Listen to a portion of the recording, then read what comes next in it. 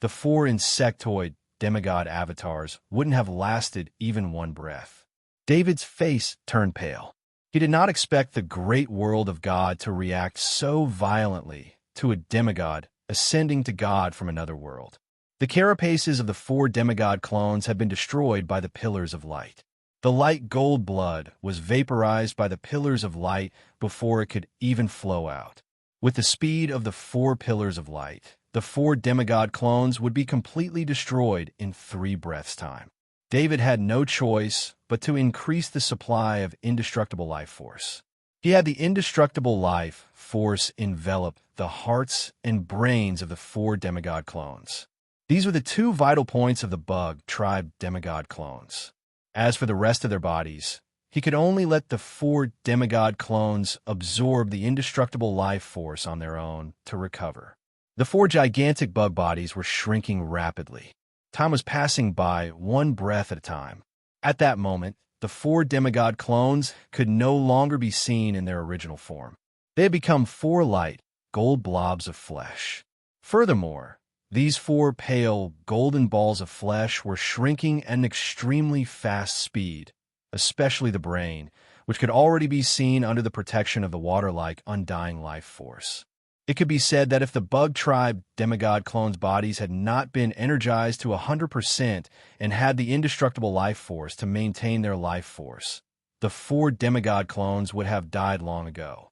After 5 breaths' time, David's mind felt extreme pain from the 4 demigod clones. He almost lost his mind. Fortunately, he shut off the transmission of the pain in time to stabilize his mind. David could only hope that the great world will of the great world of God would be merciful. He did not intend to kill them 100% of the time. Instead, he hoped that there would be a chance of survival. The great world of God's great world will's annihilation ray was an extremely powerful attack. Only the great world will of the great world of God, which had given birth to many gods and God-level beings, could unleash such an attack. This was not even the great world of God's great world will's most powerful attack. The more terrifying attack was directly used on God-level beings. It was enough to destroy a high-tier God-level being. This was also why the 5 gods did not dare to rashly break the godly agreement with David. The 5 gods could not guarantee what kind of punishment the great world of God's great world will use. If the great world will of the great world of God chose the most ruthless method, it would definitely be catastrophic destruction. Of course, the annihilation ray was also catastrophic destruction for a God-level being who had just ascended and had yet to complete his godly body. However, David had used an endless supply of indestructible life force to barely keep the 4 demigod clones alive. After 9 breaths' time, the annihilation ray was about to break through the protection of the indestructible life force.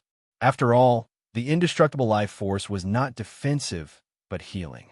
It was also at this moment that the 4 annihilation rays disappeared at the same time, leaving behind 4 pale, golden blobs of flesh in the void. The 4 pale, golden blobs of flesh were madly absorbing the godly power from the shrines of space destruction. The pale golden color was constantly darkening, and the parts of their bodies that had disappeared were rapidly regenerating under the effects of the godly power and indestructible life force. David let out a long sigh of relief. In just 9 breaths' time, he had displayed how terrifying the great world will of the great world of God was. His heart, which had been slightly inflated by the fact that he had so many God-level and God-level beings, cooled down at this moment. David secretly warned himself that he had to treat any great world with respect. He did not want to die at the hands of the enemy, but instead be killed by the great world's backlash. After a minute, the 4 pale, golden blobs of flesh returned to their original appearances of the king of extreme electric heavenly scorpions, the king of ice silkworms, the king of skyfire illusionary butterflies, and the king of death chi-worms. Under the effects of the godly power, their bug bodies began to expand, and they quickly became 300 meters tall giants. David could sense that the king of extreme electric heavenly scorpions, the king of ice silkworms, the king of skyfire illusionary butterflies, and the king of death chi worms had all successfully evolved, becoming the king of extreme electric heavenly scorpions, the king of ice silkworms, the king of skyfire illusionary butterflies, and the king of death chi worms. As soon as the 4 bug tribe god-level clones finished their ascension, he put them away into his little world in his soul space without any hesitation. However, David felt that something was off. He did not expect the great world will of the great world of God to want to kill the 4 god-level insect clones. The energy generated during that time definitely broke through the concealment ability of the space destruction shrines. Why did the god of war not appear? David put the 4 god-level insect clones away for the sake of the possibility of the god of war appearing. What David did not know was that the god of war had indeed sensed the abnormality in the outer space of planet Gamma. However, the god of war hesitated this time. The god of war's main body had made a move last time because it was unexpected. He believed that the demigod Arthur would not know that he was going there with his main body. However, it was different this time. The demigod Arthur caused a huge commotion at the same place, so the god of war did not have much time to think. Although the god of war's main body was extremely powerful, he also understood that the 3 god-level underlings of the demigod Arthur were able to fight him to a standstill. Moreover, the demigod Arthur might still have hidden powers. If the demigod Arthur had set up a trap, the god of war would be surrounded and attacked. He might even die. Therefore, the god of war did not open the gate of faith to travel to planet Gamma immediately. Instead, he contacted the other 4 gods, who summoned their respective oracles. In the 4 main shrines, the 4 oracles performed God's descent. The god of justice, god of wealth, god of knowledge, and god of earth descended to the human world through God's descent. The 4 gods' descent arrived at the shrines of war through the portal. Here, the god of war descended on Archbishop McIntyre's body. The archbishop's body was modified to be able to withstand God's descent. However, if there was a god's war, Archbishop McIntyre's body would be greatly damaged. However, to the god of war, Archbishop McIntyre's injuries were nothing. At most, he would waste some god's power and change an archbishop. The god of war's descent opened the gate of faith. Fortunately, he performed this theurgy in the shrines of war and did not use the god's descent. Otherwise, Archbishop McIntyre's body would have been greatly damaged even before the battle. The god's descent of the 5 gods entered the gate of faith and appeared outside of the space destruction shrines of planet Gamma. David thought that the god of war would not come again. However, just as he was about to leave, the gate of faith appeared and the god's descent of the 5 gods appeared. Greetings to the god of war, the god of justice, the god of wealth, the god of earth, and the god of knowledge. David flew to the edge of the space destruction shrines and bowed to the 5 gods. The god of war saw that only David was there and thought that he was overthinking. He released his senses and immediately discovered the auras of Bug Clan god-level experts. Moreover, they were the auras of 4 Bug Clan god-level experts. The god of war was not the only one who discovered it. The other 4 gods also discovered it, and their faces turned pale. They all knew that the demigod Arthur had special space abilities or a special space tunnel that could connect to the Zerg world. Otherwise, how could the demigod Arthur summon the Zerg god-level Zerg beings from the Zerg world to the great world of God to help him in battle? However, the 5 gods did not want the demigod Arthur to secretly bring the Zerg god-level Zerg beings into the great world of God. Due to the Holy Text Agreement, they did not immediately take action. Demigod Arthur, I hope you understand that this is the great world of God. It is our world of faith. I do not wish for the Zerg god-level Zerg beings to appear in the great world of God. The god of war said in a low voice. The god of war did not expect that the 4 Zerg god-level Zerg beings that appeared just now had just become gods here. This was because the god of war knew that life forms from other worlds could not become gods in the great world of God. They would be crazily attacked by the great world of God's will. I am just entertaining a few Zerg god-level friends. I did not expect your reaction to be so big. The great world of God is also my hometown. I can guarantee that the Zerg God-level Zerg beings that I have invited will not endanger the safety of the great world of God. David replied with a smile. Now he was very confident. With the bodies of these 5 gods, and without the help of the space shrines, they could not even defeat Sui Xiong himself, not to mention that he had all his god-level clones with him. In addition, David had just experienced how terrifying the great world of God's will was.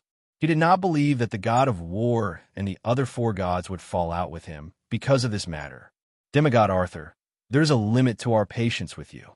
It is not impossible to break the holy text agreement, but there is a price to pay. You have crossed the line. We will punish you even if we have to pay the price.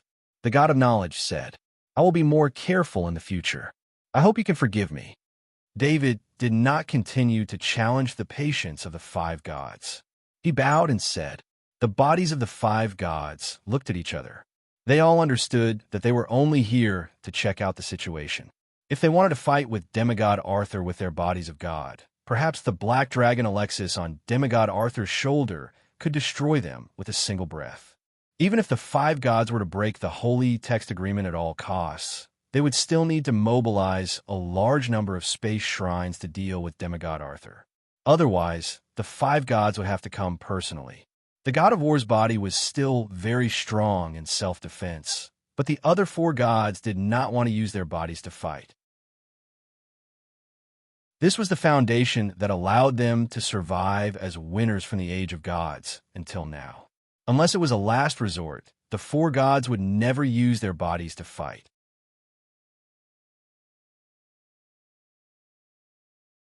Chapter 1295. David sent away the bodies of the 5 gods. He also understood that from now on, his relationship with the 5 gods would not be the same as before. Of course, he did not have a good relationship with the 5 gods in the past, but the 5 gods had no choice but to compromise because of the current situation. Now that the threat of the bug world had temporarily disappeared, the remaining twilight of the gods was not a threat in the eyes of the 5 gods. Therefore, the 5 gods' attitude towards David had changed. Even if David did not do anything, such a change would have happened, but it would not have surfaced on the surface. David, on the other hand, did not care about the attitude of the 5 deities. Instead, he revealed a smile at the corner of his mouth. This time, he had successfully gained 4 more Bug Tribe God-tier clones. Since then, he had as many as 9 God-level Bug Tribe God-level subordinates. In addition to the 5 God-level clones and the Black Dragon Alexis, he had a total of 15 God-level subordinates. David returned to the bug race world. When he released the clones of the Extreme Electric Scorpion Emperor, Ice Silkworm Emperor, Skyfire Fantasy Butterfly Emperor, and Death Chi Worm Emperor, he felt the suppression from the bug race world through his mind. This suppression reduced the strength of the clones of the Extreme Electric Scorpion Emperor, Ice Silkworm Emperor, Skyfire Fantasy Butterfly Emperor, and Death Chi Worm Emperor by about 20%, but the effect was not great. Gods were different from gods. Gods mainly relied on their divine bodies to fight, so the effect was much smaller than gods in the other world. Another piece of good news came. The Cube Super AI system had redesigned the 8 Emperor-level runes based on the rune formation knowledge from the Road of Shepherding Inheritance. David received the news and went to the underground base. He turned on the screen, and the Cube Super AI system projected the relevant results on the screen. A new gigantic divine runic array appeared on the light screen. This was a divine runic array formed by 8 nodes. The function of this divine rune formation was to gather the divine power produced by the 8 royal inheritance runes and form a divine power training area. In the future, there would be no need to constantly redistribute the Emperor-level inheritance runes. As long as the 8 Emperor-level inheritance runes were placed in the nodes, all the cultivators within the rune formation could use their divine power according to their own needs. There would be no unnecessary waste. One had to know that the usage rate of the royal inheritance rune wasn't high. This was because cultivation needed to be fixed, and during the period of fixing, the royal inheritance rune was in a state of waste. David's previous method was to inject the divine power into the destruction shrines when the emperor inheritance patterns were not used. However, it was not only the destruction shrines in the bug world that had enough divine power storage. Even the space destruction shrines in the great world of God and the destruction shrines in David's small soul space had a huge amount of divine power stored.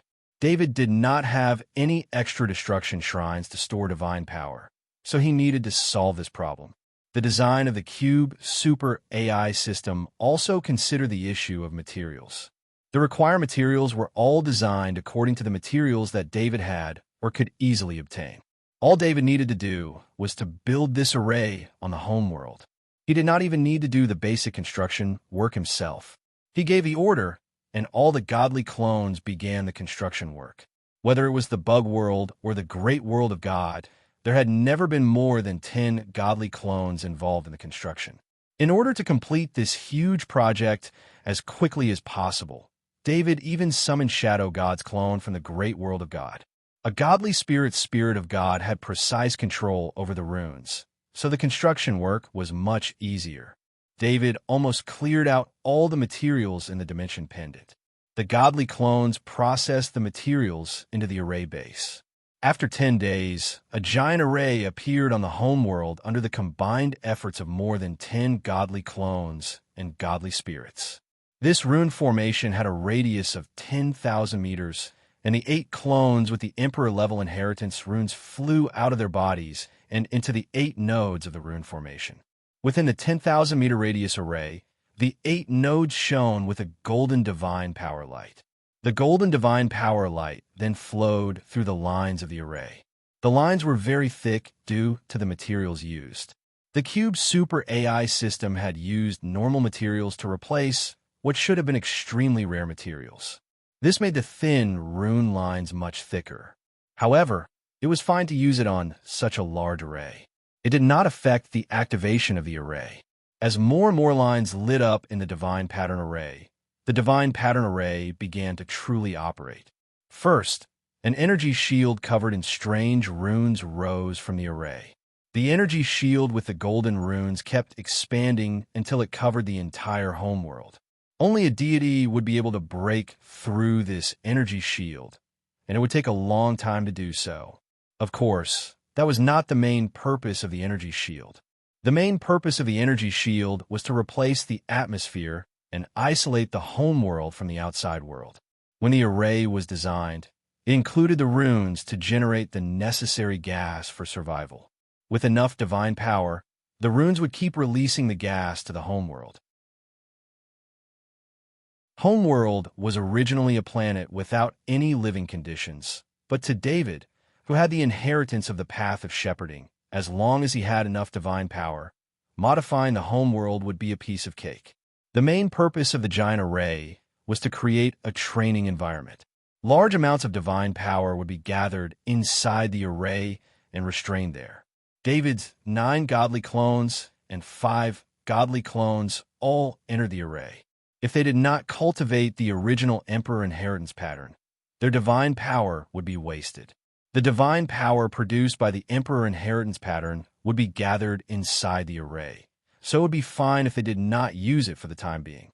Plus, the homeworld was not without offensive abilities. The statues of the destruction shrines in the underground base could be controlled by David at any time in any world. Using the giant array on the surface and the divine spell array of the shrines of destruction, David could unleash a deadly divine spell on any enemy that dared to approach the homeworld. With the support of the 8 Emperor inheritance patterns, even godly beings could not get close to the homeworld. Otherwise, they would die on the spot. The amount of godly power produced by the 8 Emperor rank inheritance runes was enough for 8 godly ranks to expend.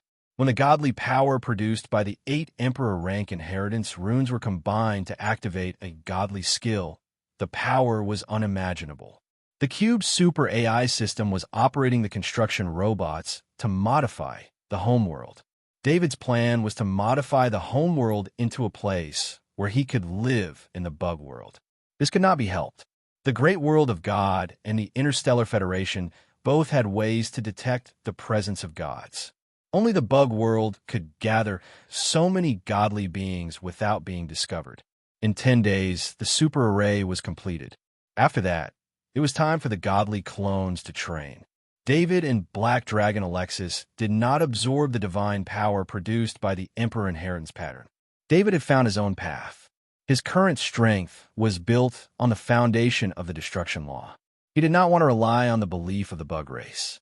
If he relied on the Emperor inheritance pattern, once the bug race was destroyed, his power would become unstable and even decline. This was not the result David wanted. His vision was already very high. He no longer only saw what was in front of him. He saw his own future. Black Dragon Alexis had the pride of a giant dragon. He also didn't want to rely on the insectoids. Plus, he already had a mature training method, so the Emperor-level inheritance rune wouldn't give him too much of a boost. Abandoning his pride for the sake of a small increase in strength was something that Alexis disdained to do. David did not feel that there was anything magical about his experiment. He only proposed a direction, and the cube's super AI system carried out targeted research. However, in his opinion, there was nothing magical about the giant array. To a certain extent, it contained the true essence of the three great worlds. The Emperor inheritance pattern was the foundation of the bug world. The array was the great world of God's method of using the power of faith. It was the domain of the gods. The Interstellar Federation's super AI system was the one that combined the Emperor inheritance pattern and the array. With the super AI system's powerful calculation and analysis ability, it could find the most correct one among the countless possibilities. Of course, this huge rune formation didn't necessarily have to bind the 8 Emperor-class inheritance runes. When David needed them, the 8 Emperor-class inheritance runes would return to their respective owners' bodies. The giant array could still rely on the divine power stored inside to continue operating.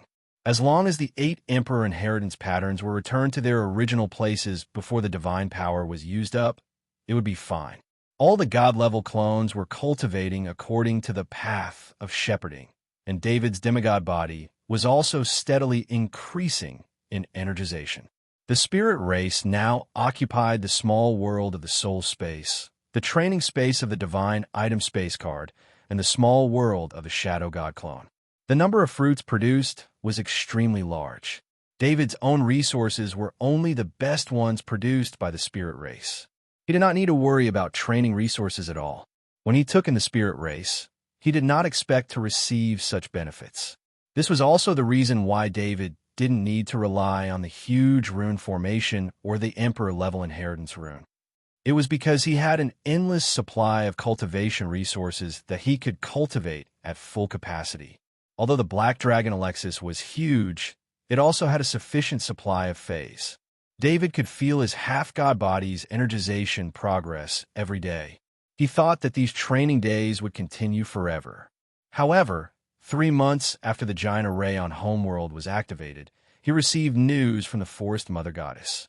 Translator, Nioibo, Studio Editor. Nioibo Studio, the headquarters of the Twilight of the Gods, was extremely safe because there were 11 statues and a large number of ancient formations set up when the headquarters was built. The 5 shrines knew about the existence of the Twilight of the Gods, but they had not been able to find its exact location for tens of thousands of years. Bishop Graydon came to the main hall of the Twilight of the Gods with a serious expression. The hall was a little strange today. Normally, there would be several level 5 bishops gathered here. On one hand, there were several level 5 bishops guarding the hall, so they could listen to the prophecies from the statues at any time. On the other hand, it was easier to get close to the statues and receive the blessings of the gods. However, today was different. Although many 5th grade bishops were sent out to complete the tasks assigned by the gods, there would usually be at least 2 5th grade bishops guarding the place. Now, the 2 5th grade bishops who were guarding the place had found an excuse to leave. Bishop Graydon was a level 5 believer of the god of death.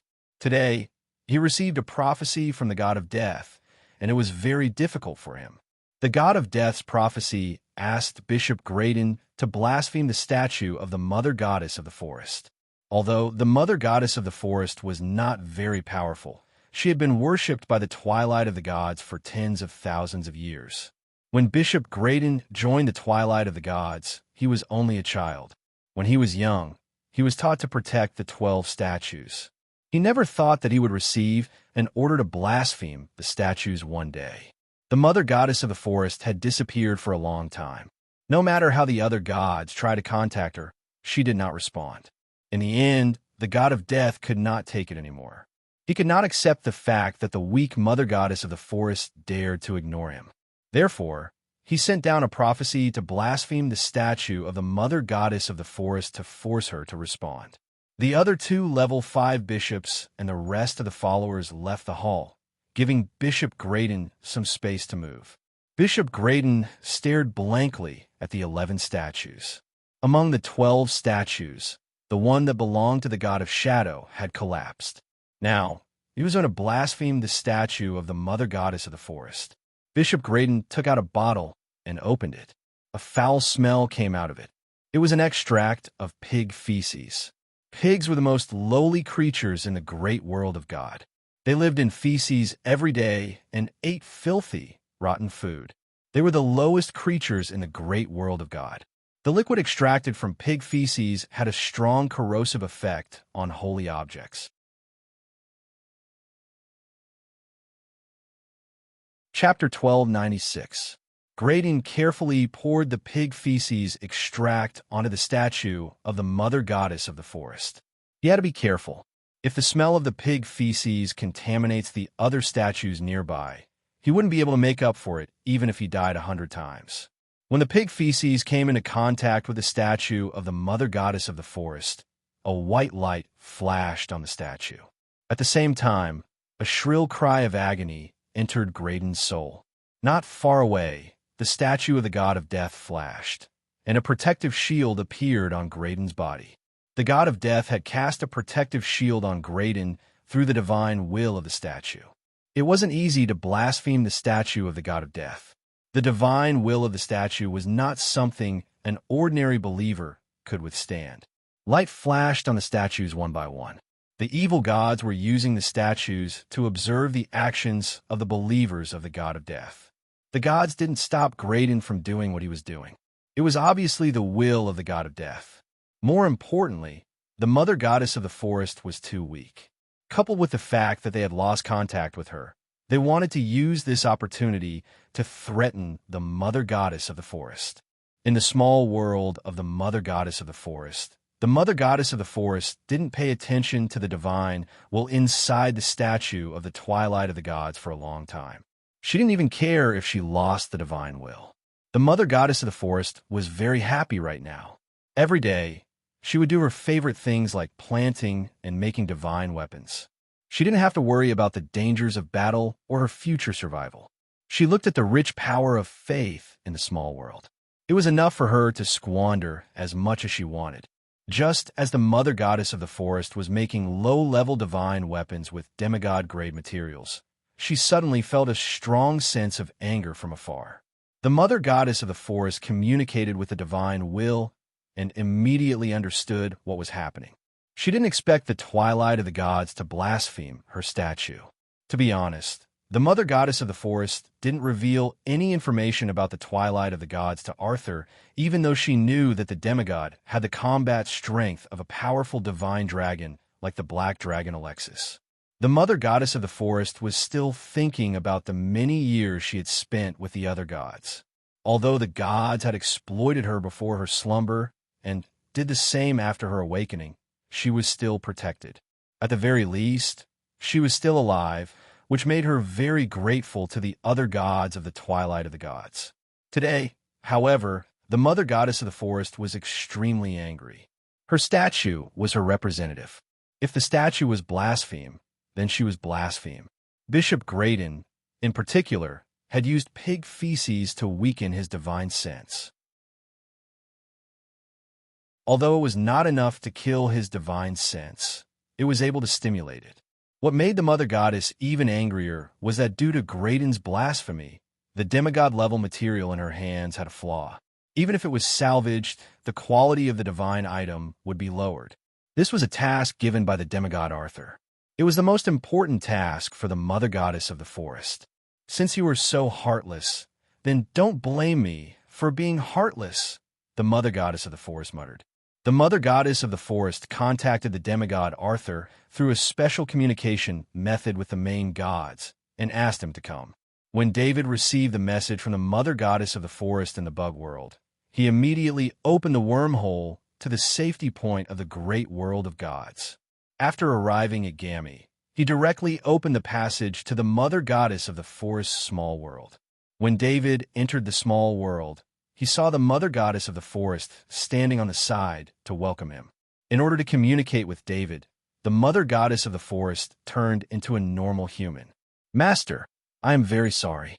There are some things that I didn't tell you.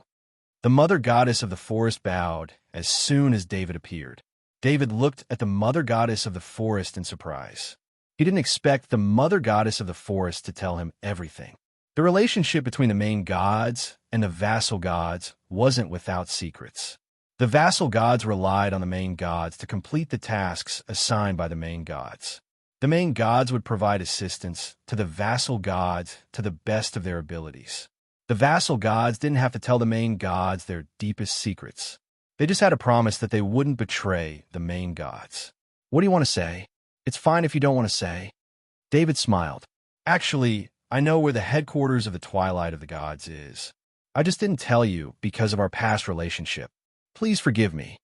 The mother goddess of the forest continued bowing. The Twilight of the Gods is just a bunch of rabble. They are suppressed by the 5 gods and don't dare to appear. If they don't provoke me, I can't be bothered to deal with them. David said nonchalantly, although the gods of the Twilight of the Gods wanted to activate the giant dragon summoning circle. This matter was handled by the 5 shrines and the Supreme Council. Ever since he had enough power, he was less worried about the return of the giant dragons. In the past few months, not to mention the 5 god-tier clones, even the 5 god-tier clones of the insectoids had a certain level of combat power. Moreover, the headquarters of the Twilight of the Gods wasn't the small world of the evil gods. Even if it was destroyed, it would only cause some trouble for the evil gods. It wouldn't hurt them at all. Master, my idol is in the headquarters of the Twilight of the Gods. Since this morning, they have been using pig feces to profane my idol. This has made me unable to focus on my work. Please help me. The mother goddess of the forest bowed even more deeply. You're saying that your idol is in the headquarters of the Twilight of the Gods?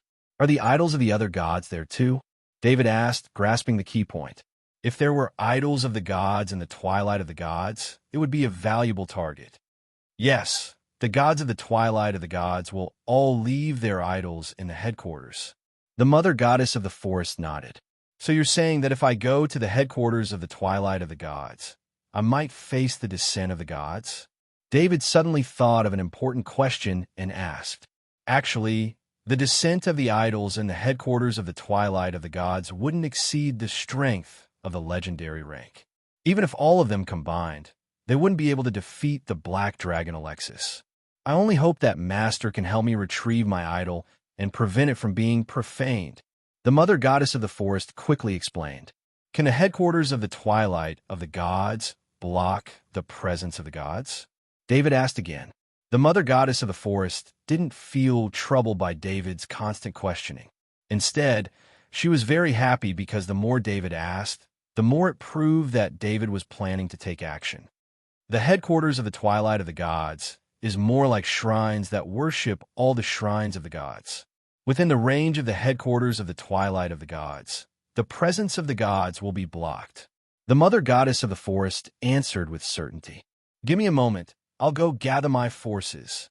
David thought for a moment and said to the mother goddess of the forest. He didn't want to just rely on himself and the Black Dragon Alexis to break into the headquarters of the Twilight of the Gods. Although the mother goddess of the forest had explained the situation there, she was too weak and wasn't in charge of fighting. He couldn't guarantee that the information she knew was complete. Besides, David wouldn't build his safety on his trust in others. Instead, he relied on his own strength to ensure his safety. David left the mother goddess of the forest, small world, and immediately returned to the home planet of the bug world. He brought along his 5 god-tier clones and, after some thought, his battle form avatar. The battle form avatar was still his strongest fighting force, especially after it gained the talent ability of the god of war. It relied on its perfect battle form to produce unimaginable close combat strength. As for the 5 god-tier clones, they were all god-tier clones with the Black Dragon Divine Body. The Black Dragon Divine Body was born with extremely strong resistance to all kinds of long-range attacks. Not to mention, the divine armor and divine longswords that David had prepared for the 5 clones had greatly enhanced their strength. In less than 5 minutes, David went back and forth between the great world of God and the bug world. Mother Goddess of the Forest, tell me where the headquarters of the Twilight of the Gods is. I'll go take back your statue and kill the person who blasphemed it, David said to the Mother Goddess of the Forest after returning to the small world. My lord, there are 2 ways to go to the headquarters of the Twilight of the Gods. The first way is for me to directly connect with the statue's divine sense and open a portal next to the statue. You can directly descend into the main hall of the Twilight of the Gods. However, this way, you'll face all the statues and might be surrounded by their divine bodies. The other way is for me to tell you where the headquarters of the Twilight of the Gods is, and you can go there yourself. The Mother Goddess of the Forest suppressed her excitement and said, ever since the fall of the last main god, the Mother Goddess of the Forest had been forced to endure all the bullying. Finally, after having a new main god, another main god stood up for her. Although this main god was still very weak, his subordinates weren't weak at all. David didn't think too much about it and asked, I'll directly open the portal next to your statue. Can your portal allow god ranks to pass through? The Mother Goddess of the Forest nodded and said, yes, this portal can allow my main body to pass through. David waved his hand and summoned the 5 clones from the small world of his soul space. As for the Black Dragon Alexis, as long as he was in the great world of God, the Black Dragon Alexis would appear on his shoulder. The Mother Goddess of the Forest's eyes narrowed. She recognized the divine artifacts that the 5 clones were wearing. The divine armor and longsword were personally made by her. Most importantly, the aura of the clones was the same as demigod Arthur's. The Forest Mother Goddess recalled that demigod Arthur had said that the divine armor and longsword were prepared for the clones. However, the Mother Goddess of the Forest didn't expect that the divine armor and longsword were prepared for the 5 clones. The main body of the demigod Arthur was only a demigod, but his clones had become god ranks. The Mother Goddess of the Forest couldn't understand how this could happen. Normally, the main body would use the best resources, and then the clones would use them. Suddenly, the Mother Goddess of the Forest felt a burst of ecstasy. What kind of great existence did she rely on? When he was still a demigod, he already had the Black Dragon Alexis as his subordinate. Now he had 5 more clones. That was a total of 6 god ranks. Even the previous main god of the Mother Goddess of the Forest didn't have such power. The Mother Goddess of the Forest held back the excitement in her heart and bowed. My lord, please get ready. I'll open the portal for you. The Mother Goddess of the Forest used her divine power and her divine sense as a coordinate to open a one-way portal. In the main hall of the Twilight of the Gods, the god of death sensed the ripples of spatial energy through the divine sense of the statue. The ripples were coming from where the statue of the Mother Goddess of the Forest was desecrated. There's finally a response. If I don't force her, she won't have a response. Looks like the Mother Goddess of the Forest is about to appear. The god of death sent a silent message to the divine sense of the other statues.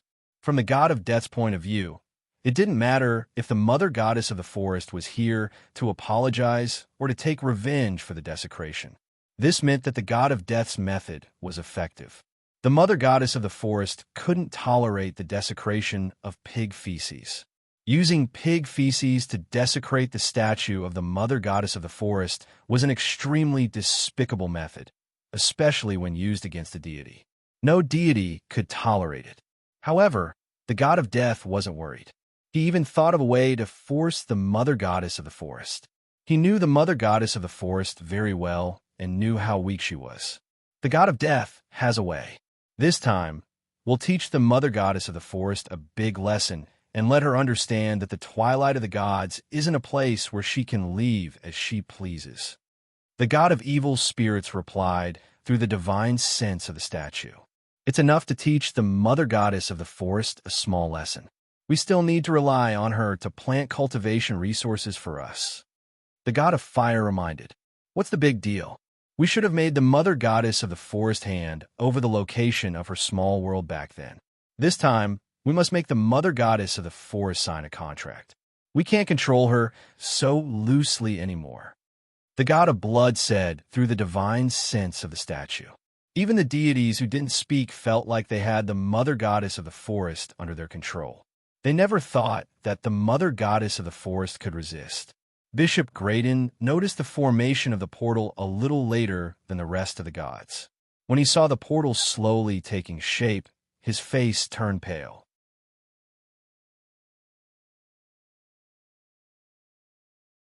Chapter 1297. Bishop Graydon was committing blasphemy against God. Even though he was obeying the god of death's orders, he was still extremely nervous and uneasy. When he saw the portal appear, he let go of the bottle and poured out the pig feces extract. Suddenly, the entire hall was filled with an indescribable smell. Bishop Graydon did not have time to care about the pig feces extract on the floor. He stared at the portal in fear. He did not even think of running away. Blasphemy against God would bring about the wrath of God.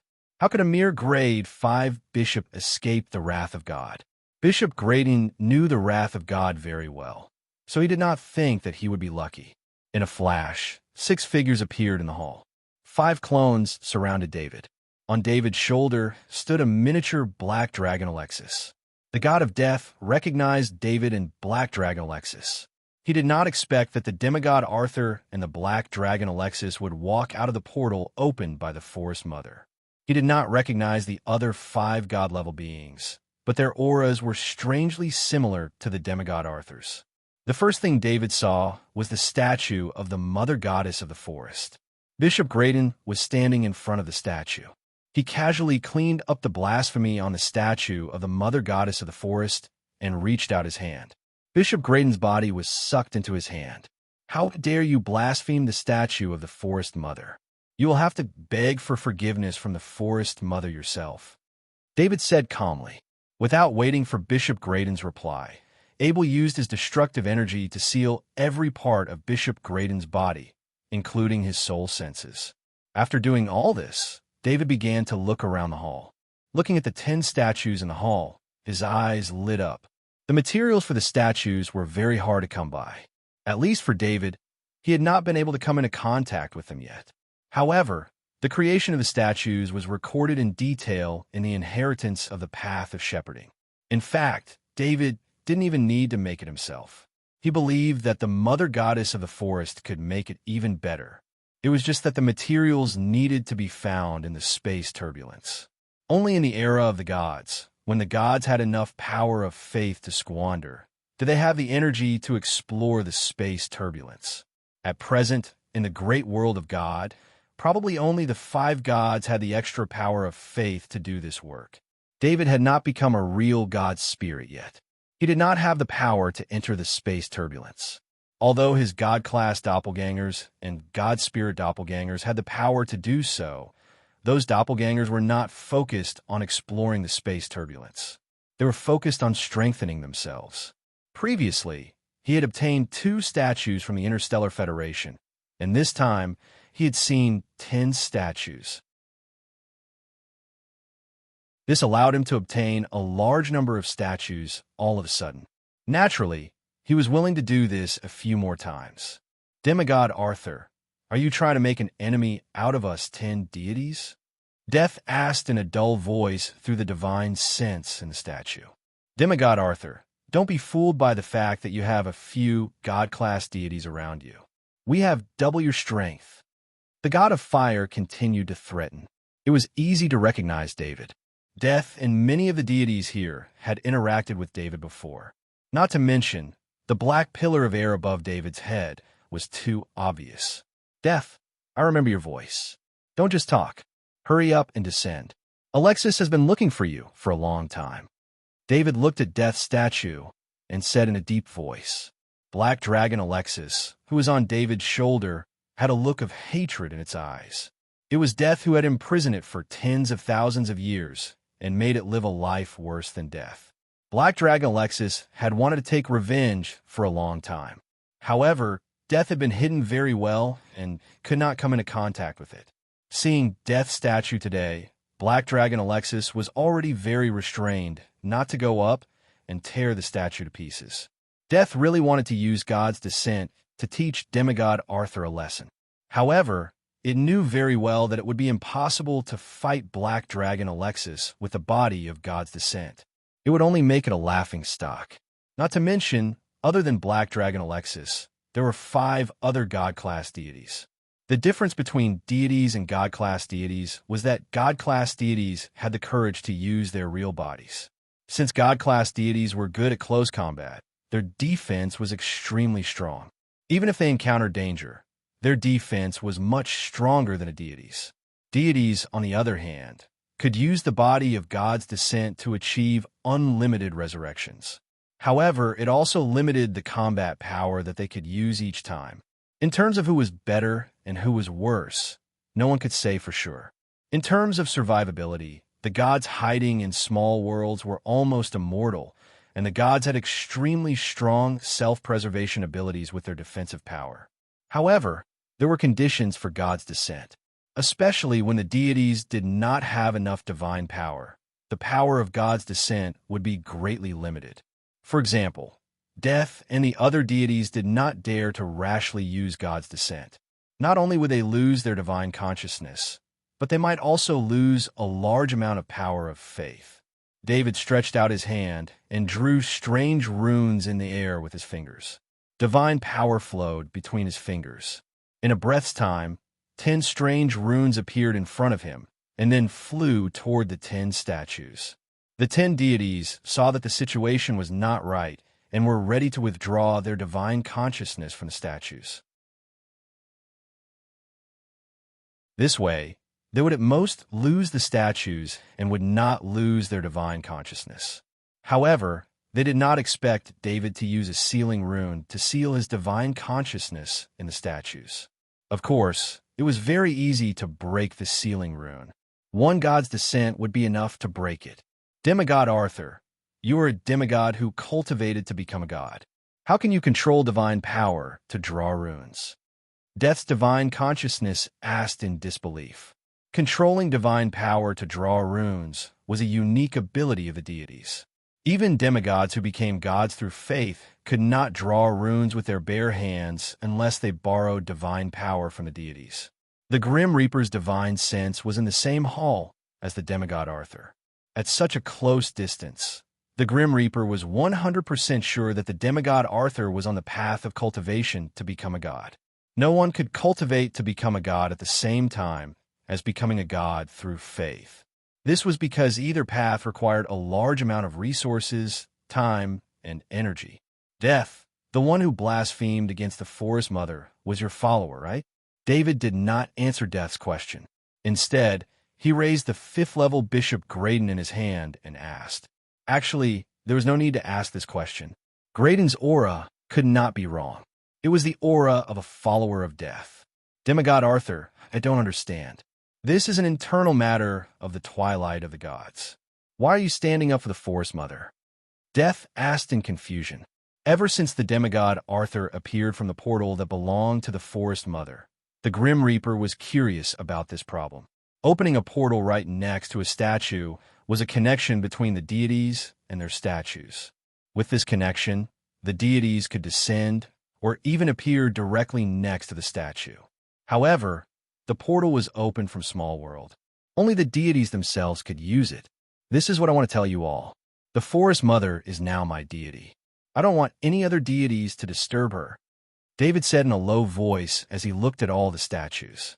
David did not put away the statues because he wanted to announce this. The Forest Mother was too weak. If there was a chance, the other deities would try to deal with her.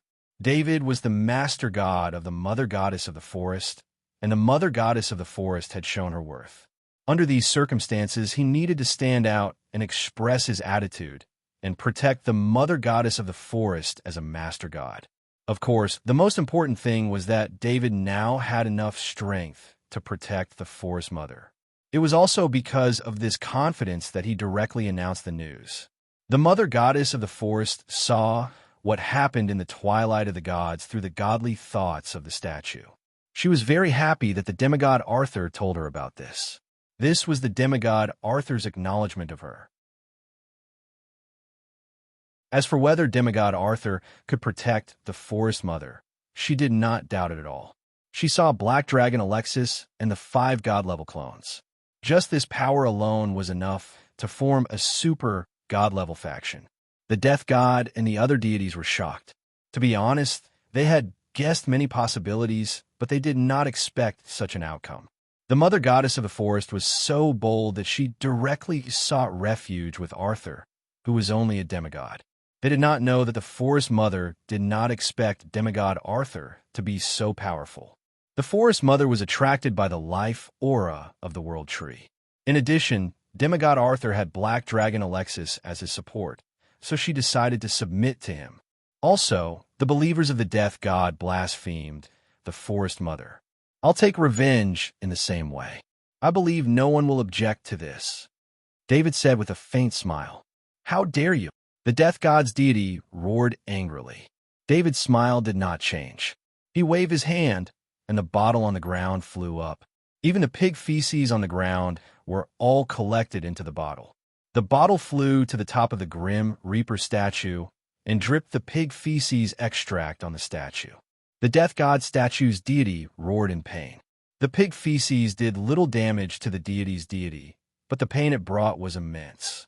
Needless to say, the humiliation was worse than the pain.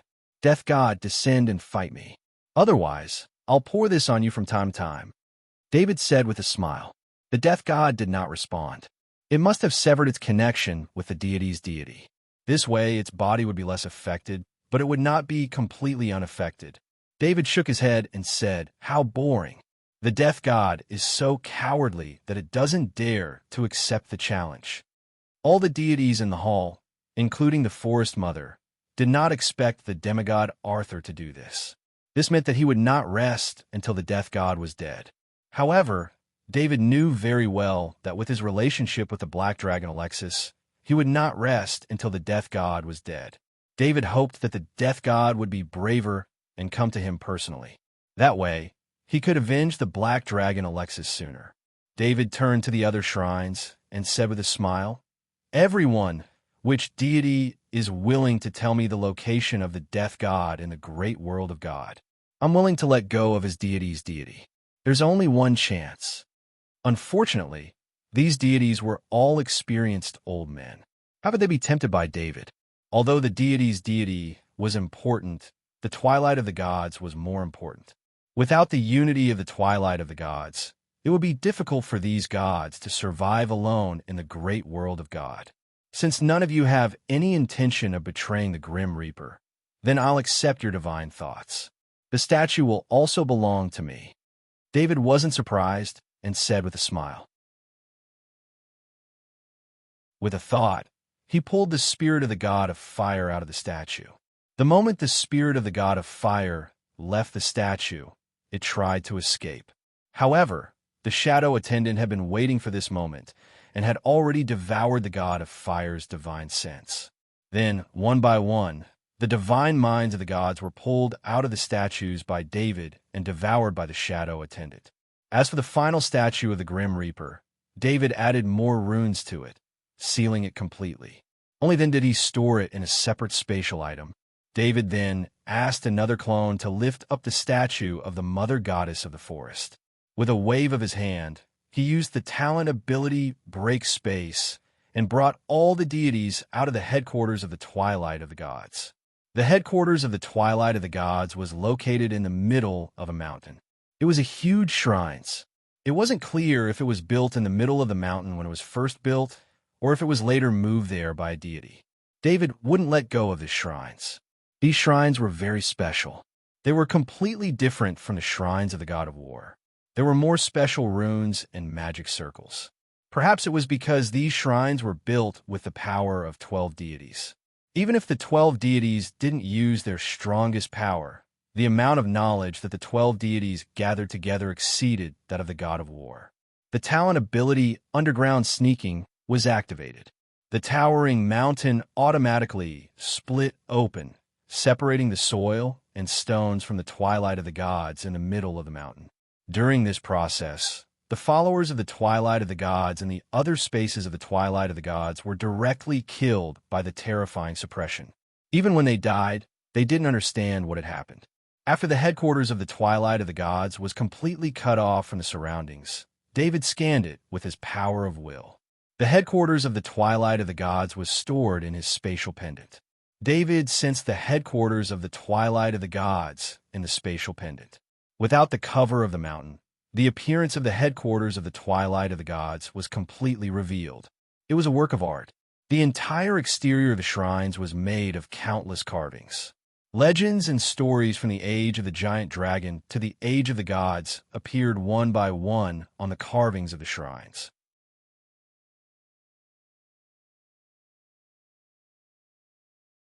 Chapter 1298. David communicated with the small world of the forest mother goddess, and a passage appeared. He brought the 5 clones into the passage. My lord, as usual, the forest mother goddess stood outside the passage to welcome David. This is your idol. You can deal with it yourself. David waved his hand, and a god-level clone placed the statue of the mother goddess of the forest in front of her. The mother goddess of the forest looked at her statue, her face filled with gratitude. As a deity that was only proficient in planting and making divine artifacts, she needed to be focused. If the idol was continuously blasphemed by the believers of the death god, the forest mother goddess would not be able to focus all of her divine sense for a long time. In addition, the forest mother goddess was blasphemed. This was even more unbearable than the pain from the divine sense. The forest mother goddess saw with her own eyes how the demigod Arthur treated the death god idol.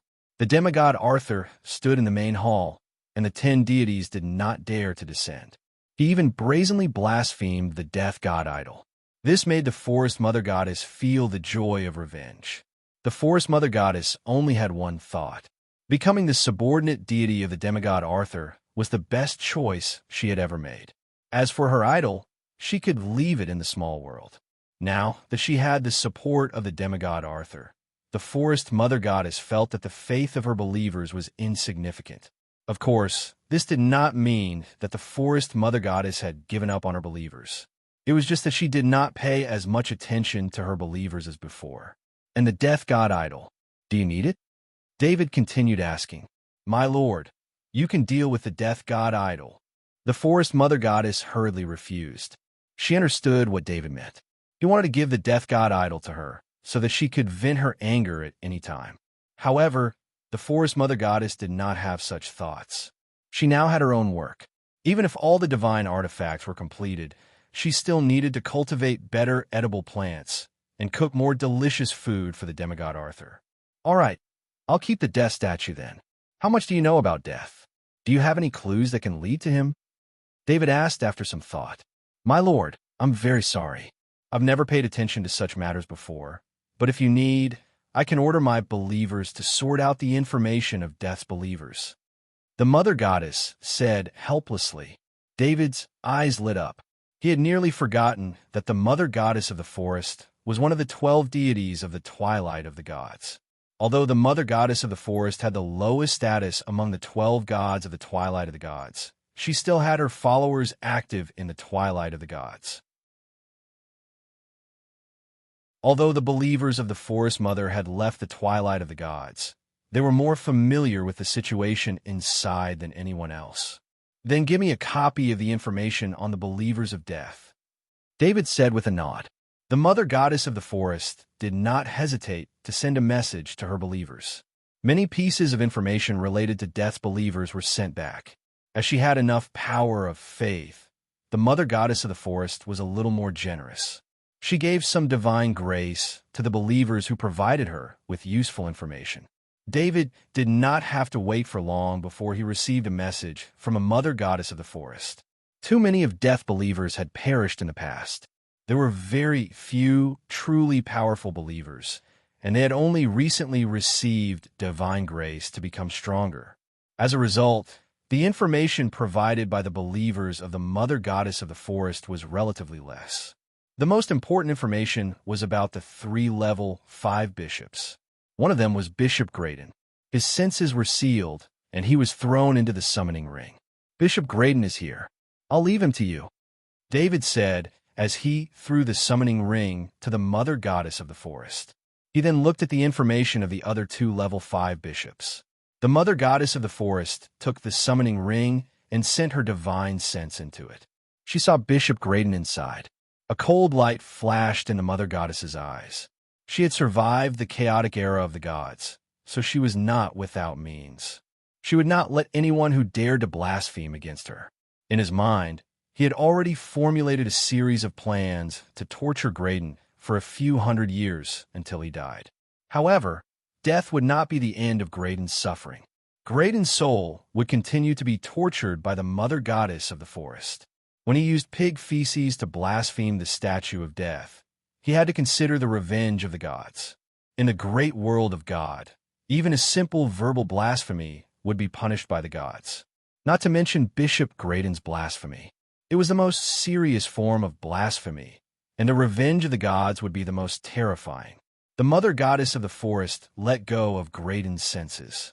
Graydon found himself in a strange space. There was a rich energy here, and the air was fresh. There was also a comfortable warmth. However, Bishop Graydon did not feel happy at all. Instead, he felt cold all over. Bishop Graydon saw the mother goddess of the forest. It was not a statue, but the real mother goddess of the forest. Graydon recognized the mother goddess of the forest at first glance, because the mother goddess of the forest looked exactly the same as the statue. He thought of his own actions. What would happen if he was caught by a god for blasphemy? Bishop Graydon tried to contact his lord, the god of death.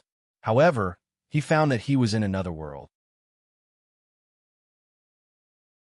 He could not contact the god of death at all.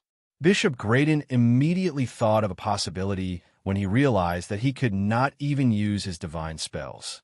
The appearance of the mother goddess of the forest and the special space all pointed to one thing. This was the mother goddess of the forest's small world. The small world of the god had its own rules, especially for souls. As long as the god had the power of faith, the soul in the small world could be resurrected endlessly.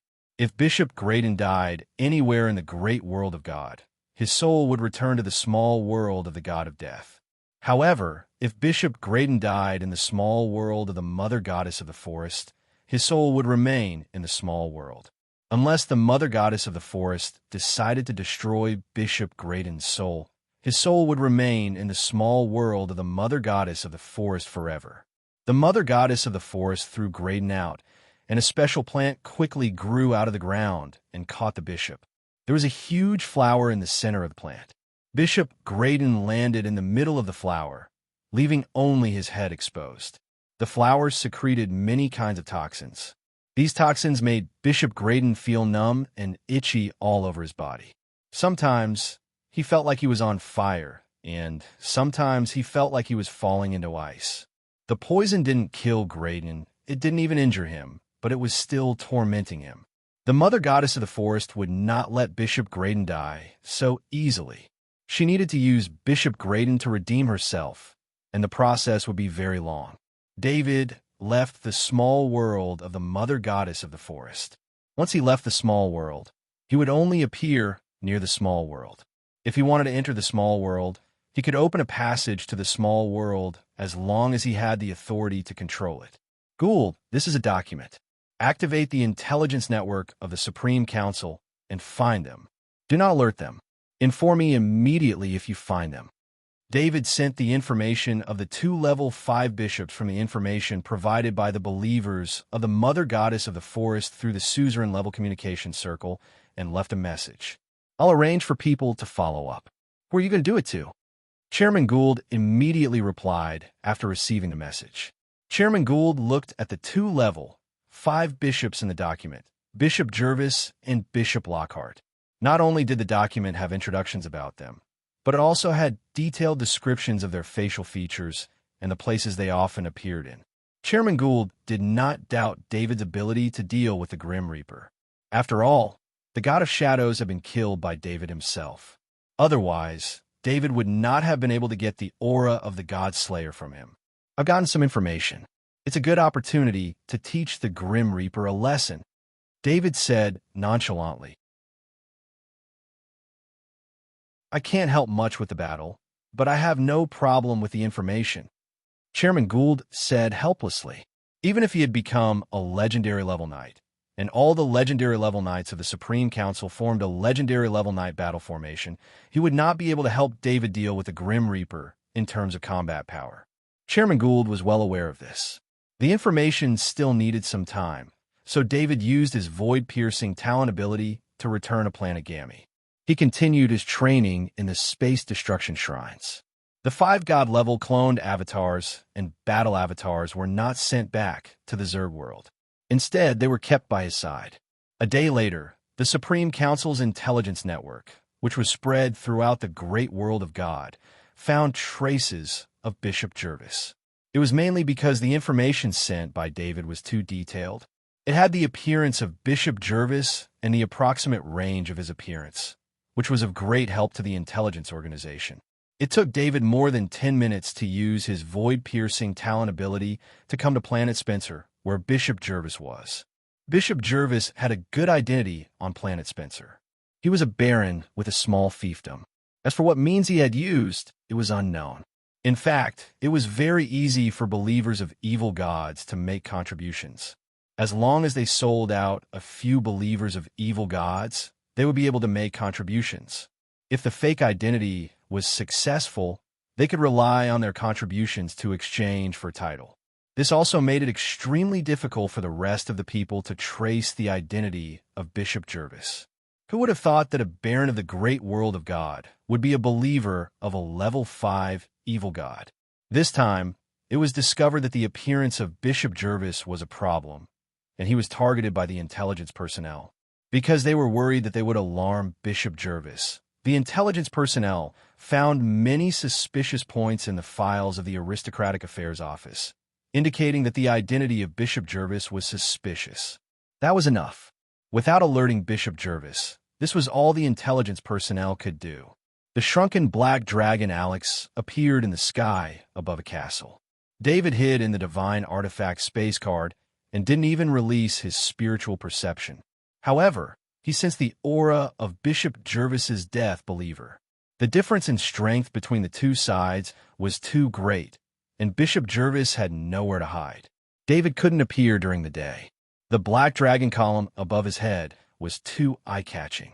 He could only use this method, with the black dragon Alexis carrying the Divine Artifact space card, and David using the void-piercing talent ability in the Divine Artifact space card. David didn't make a move. With a thought, Mike's legendary rank avatar opened his eyes in the castle of his territory and then soared into the sky.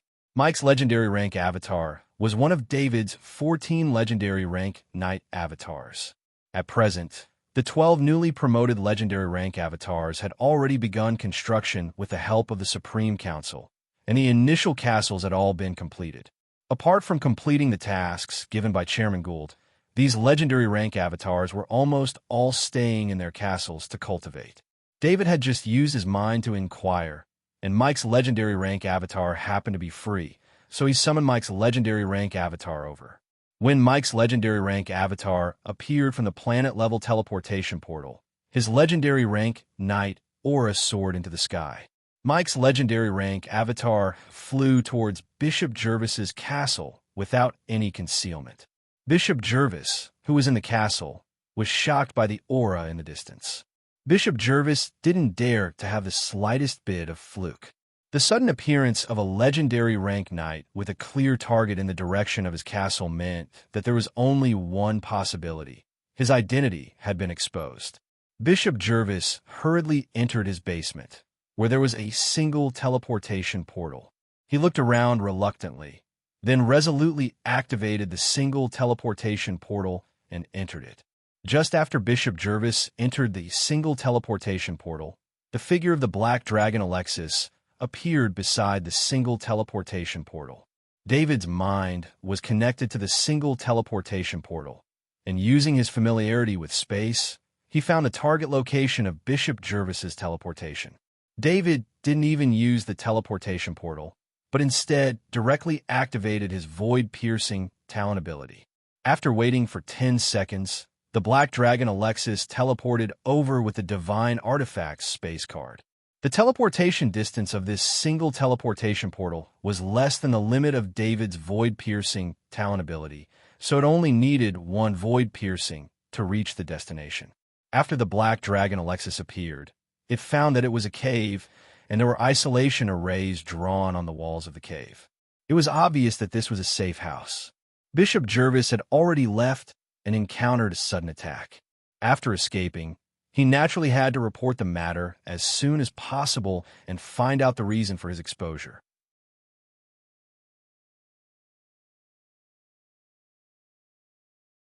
Chapter 1299. Bishop Jervis came to the safe house only to get rid of the danger. He needed to go to the Shrines of Death.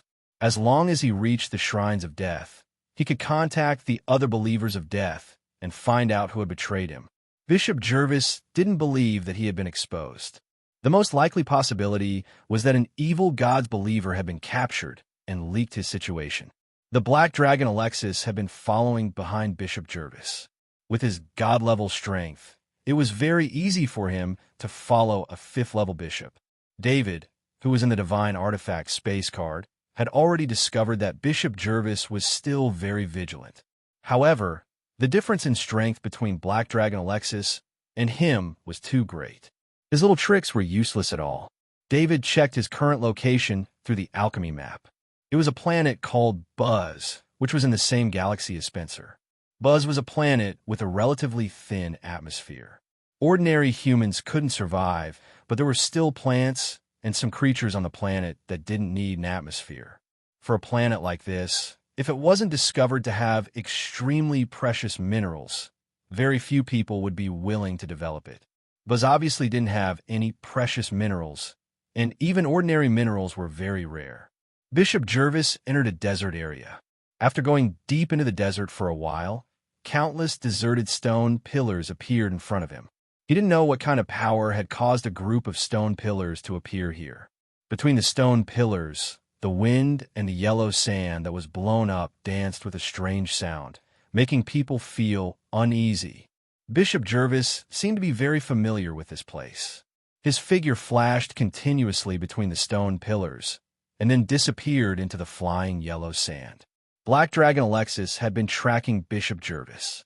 The moment Bishop Jervis disappeared, his figure appeared at the spot where Bishop Jervis had disappeared.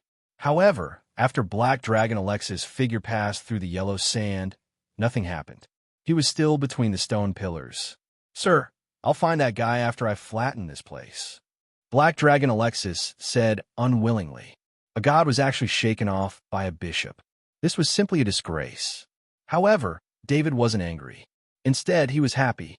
A teleportation method that even Black Dragon Alexis could not detect meant that they had found the right place. Wait! David's spirit extended out from the Divine Artifact space card and scanned the location where Bishop Jervis had disappeared. No matter what kind of means it is, as long as it is a transmission, it must use space energy. After David learned the Space Breaker talent ability, his control of space has reached an extremely terrifying level. The teleportation array set up here was very special. The spatial energy fluctuations were also very weak, as if it could only be activated by some kind of aura. That was why the Black Dragon Alexis had flown past the same location without being teleported. "Alexis, I've found the location," David said to the Black Dragon Alexis after activating the void-piercing talent ability. Alexis passed through the spatial passage with the Divine Artifact space card. When he reappeared, he had already seen shrines. The aura that belonged to his archenemy, Death, proved that these shrines were the shrines of death. After David saw the shrines of death, he did not stay in the divine artifact space card anymore. At this time, there was no need to hide. He flashed out of the divine artifact space card and could not help but marvel at Death's arrangement. This Death shrines had nothing to do with the desert. Because this was the bottom of the water, an isolation array isolated the water above the head, forming an underwater world. The first to discover the Black Dragon Alexis and David were not the believers of Death shrines, but Death in the small world. Death sensed the warning from the divine telekinesis of the shrines of Death. Without any hesitation, he directly mobilized the power of faith and descended beside the shrines of Death. This was not the headquarters of the Twilight of the Gods. Although it was also a shrines because it was a joint shrines of more than 10 gods, there was not much power of faith there. And this Death shrines had existed for tens of thousands of years, and it was an important source of faith for Death. After Death descended, he saw the Black Dragon Alexis and the demigod Arthur, and his expression was extremely ugly. Even if this was the range of Death shrines, which was equivalent to an extension of Death's small world, and his combat power would be increased, it depended on who the enemy was. Back then, he was able to capture the Black Dragon Alexis so easily because the Black Dragon Alexis was severely injured after the battle, and Death took advantage of it. Now, the aura of the Black Dragon Alexis showed that he had recovered from his injuries, and his strength had even improved. Death did not have the confidence to fight him. The Black Dragon Alexis had a large number of fays to eat every day, and it was difficult for him not to improve his strength. Death had been forcefully awakened, and after tens of thousands of years of slumber, his strength had fallen greatly. The Black Dragon Alexis's body swelled, and he let out a roar, "Death, come and fight me."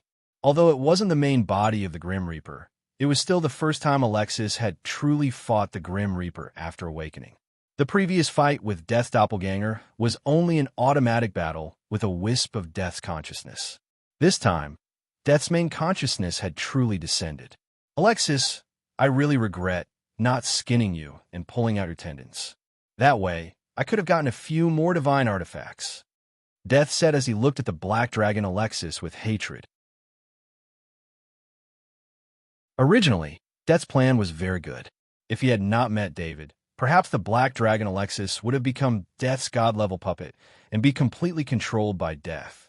Unfortunately, the plan did not succeed, and it was ruined by David. Moreover, with David's help, the Black Dragon Alexis's severe injuries had healed in just a few years. The damage to the Black Dragon Alexis's soul was not that easy to heal. In the past, David's strength was not that strong, and he relied on the Shadow Attendant to absorb a large number of souls for the Black Dragon Alexis to heal its soul bit by bit. If he had not met David, even if the Black Dragon Alexis had successfully escaped, it would not have been able to recover its strength without tens of thousands of years. David did not participate in this battle, but he could sense the Black Dragon Alexis's thoughts. The Black Dragon Alexis wanted to find Death to vent its hatred for being imprisoned and humiliated for tens of thousands of years. David stepped back and made way for the battle of gods. Death saw that there was only the Black Dragon Alexis, and demigod Arthur did not bring the 5 god-level clones. He was slightly relieved. If the 5 god-level clones were here, there would be no need for this battle. Death did not want to give up the shrines, which were his most important shrines, so a battle was unavoidable. The power of Death's godly descent increased rapidly, and it reached the god level very quickly. David, who was watching from the side, narrowed his eyes. He could see that Death had used a special ability to greatly increase the power of the godly descent. He carefully observed the shrines of Death not far away. The shrines of Death were not simple. Previously, when David entered the range of the shrines of the God of Storms, the godly descent of the God of Storms was extremely weak. It was only at the legendary level. Although part of the reason was because the God of Storms was weak, the main reason was that the shrines were too ordinary. Even if it was the God of War, his power would at most be at the legendary level or demigod level. It was impossible for him to reach the god level. Only special shrines like the god of war and the space war shrines could allow the godly descent of the god of war to reach the god level. Since death could increase the godly descent of the god of death to the god level, it was highly likely that it had something to do with the shrines of death. This was the range of the shrines of death, and he did not want to destroy this place due to the battle of gods. Therefore, a shield rose from the shrines and covered him and the black dragon Alexis, forming a separate battlefield. Death and the black dragon Alexis stood on opposite sides of the battlefield. The black dragon Alexis's eyes were full of hatred, but his mind was very clear. He wanted to torture and kill the godly descent of the god of death. Death, on the other hand, was calculating the gains and losses of this divine battle. It was impossible for him to pay a price that exceeded the cost of this death temple. That kind of battle would have no value. He was no longer a god who could spend extravagantly. After a period of consumption, his power of faith had decreased greatly. The battle began in an instant. Curse clouds flew out from Death's hands and flew towards the black dragon Alexis. The black dragon Alexis did not care about these curses. Even if they were god-level curses, it would be difficult for a black dragon to break through the black dragon's defense, let alone cause any damage. The black dragon's strongest point was defense. The black dragon gave up long-range attacks and gained stronger defense and more powerful melee attacks. Black dragon Alexis charged towards the god of death's godly, descending body. How could the god of death's godly, descending body get close to him? The god of death's godly, descending body summoned a bone from the void. The bone turned into a bone spear under the divine spell of the god of death's godly, descending body. The quality of this bone was very high. Although it was not god level, it was still a demigod level bone. Under the godly descent of the god of death's descent of the god of death, and the power of the bone spear formed was enough to reach the mid-level god-level attack. After sending out the bone spear, the godly descent of the god of death moved to the side and widened the distance between him and the black dragon Alexis. The bone spear carried a strong aura of death. It pierced through the air and appeared in front of the black dragon Alexis. The black dragon Alexis was not stingy with the bone spear. He used his dragon claws to block the bone spear's flight path. The bone spear exploded after coming into contact with the black dragon Alexis' dragon claws.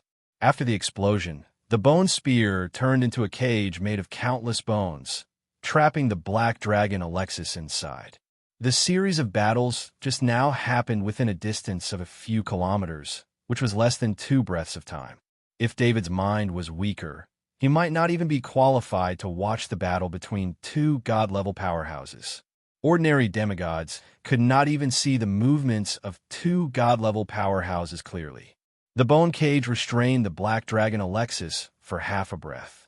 After the black dragon Alexis roared, the bone cage completely turned into powder. The god of death summoned another bone from the void. It was still a demigod-level bone. This time, the bone turned into a bone giant more than 200 meters tall. The god of death's body was very clear. From the battle just now, it was obvious that he could not break through the defense of the black dragon Alexis. If the god of death's original body was here, he might have been able to break through the defense of the black dragon Alexis with many methods. However, in a situation where the god of death body could not use too many battle resources, it was impossible for him to defeat the black dragon Alexis. The bones summoned by the god of death did not appear out of thin air. They were all collected by the god of death in the small world. The strong people he killed would be made into skeleton puppets if their bones were complete. If their bones were incomplete, they would become his casting materials. However, there were not many materials of this level. Before the god of death went into hibernation, he had also gone through a great battle. Most of the bones had been used up in the previous battle. The last bone he took out was already the last bone that the god of death could take out according to his calculations. If he took out another demigod-level bone, plus the consumption of this god of death's descent, it would exceed the value of the guardian shrines. The 200-meter-tall bone giant rushed towards the black dragon Alexis with an unstoppable momentum. The black dragon Alexis did not dodge. Instead, he also rushed towards the bone giant. Just as the black dragon Alexis and the bone giant collided, the god of death's body suddenly disappeared. When he reappeared, he was already on the other side of the battlefield, close to where David was. The god of death's body had long been prepared. Since he could not defeat the black dragon Alexis, he would attack the demigod Arthur. Whether it was capturing the demigod Arthur to threaten the black dragon Alexis or killing the demigod Arthur, it was all worth it. If he really captured the demigod Arthur, he might be able to protect the shrines and make the black dragon Alexis serve him. The god of death's body moved decisively and flew towards David. He did not take David seriously. The demigod might be strong in the eyes of others, but in the eyes of a true god, he was just a slightly stronger ant. Since the god of death's first choice was to capture David alive, the god of death's body did not use curses or long-range attacks. Instead, he carried a terrifying divine aura to suppress David while approaching David. However, when the god of death's body approached David, he did not see a trace of panic on David's face. Instead, he had a faint mocking look.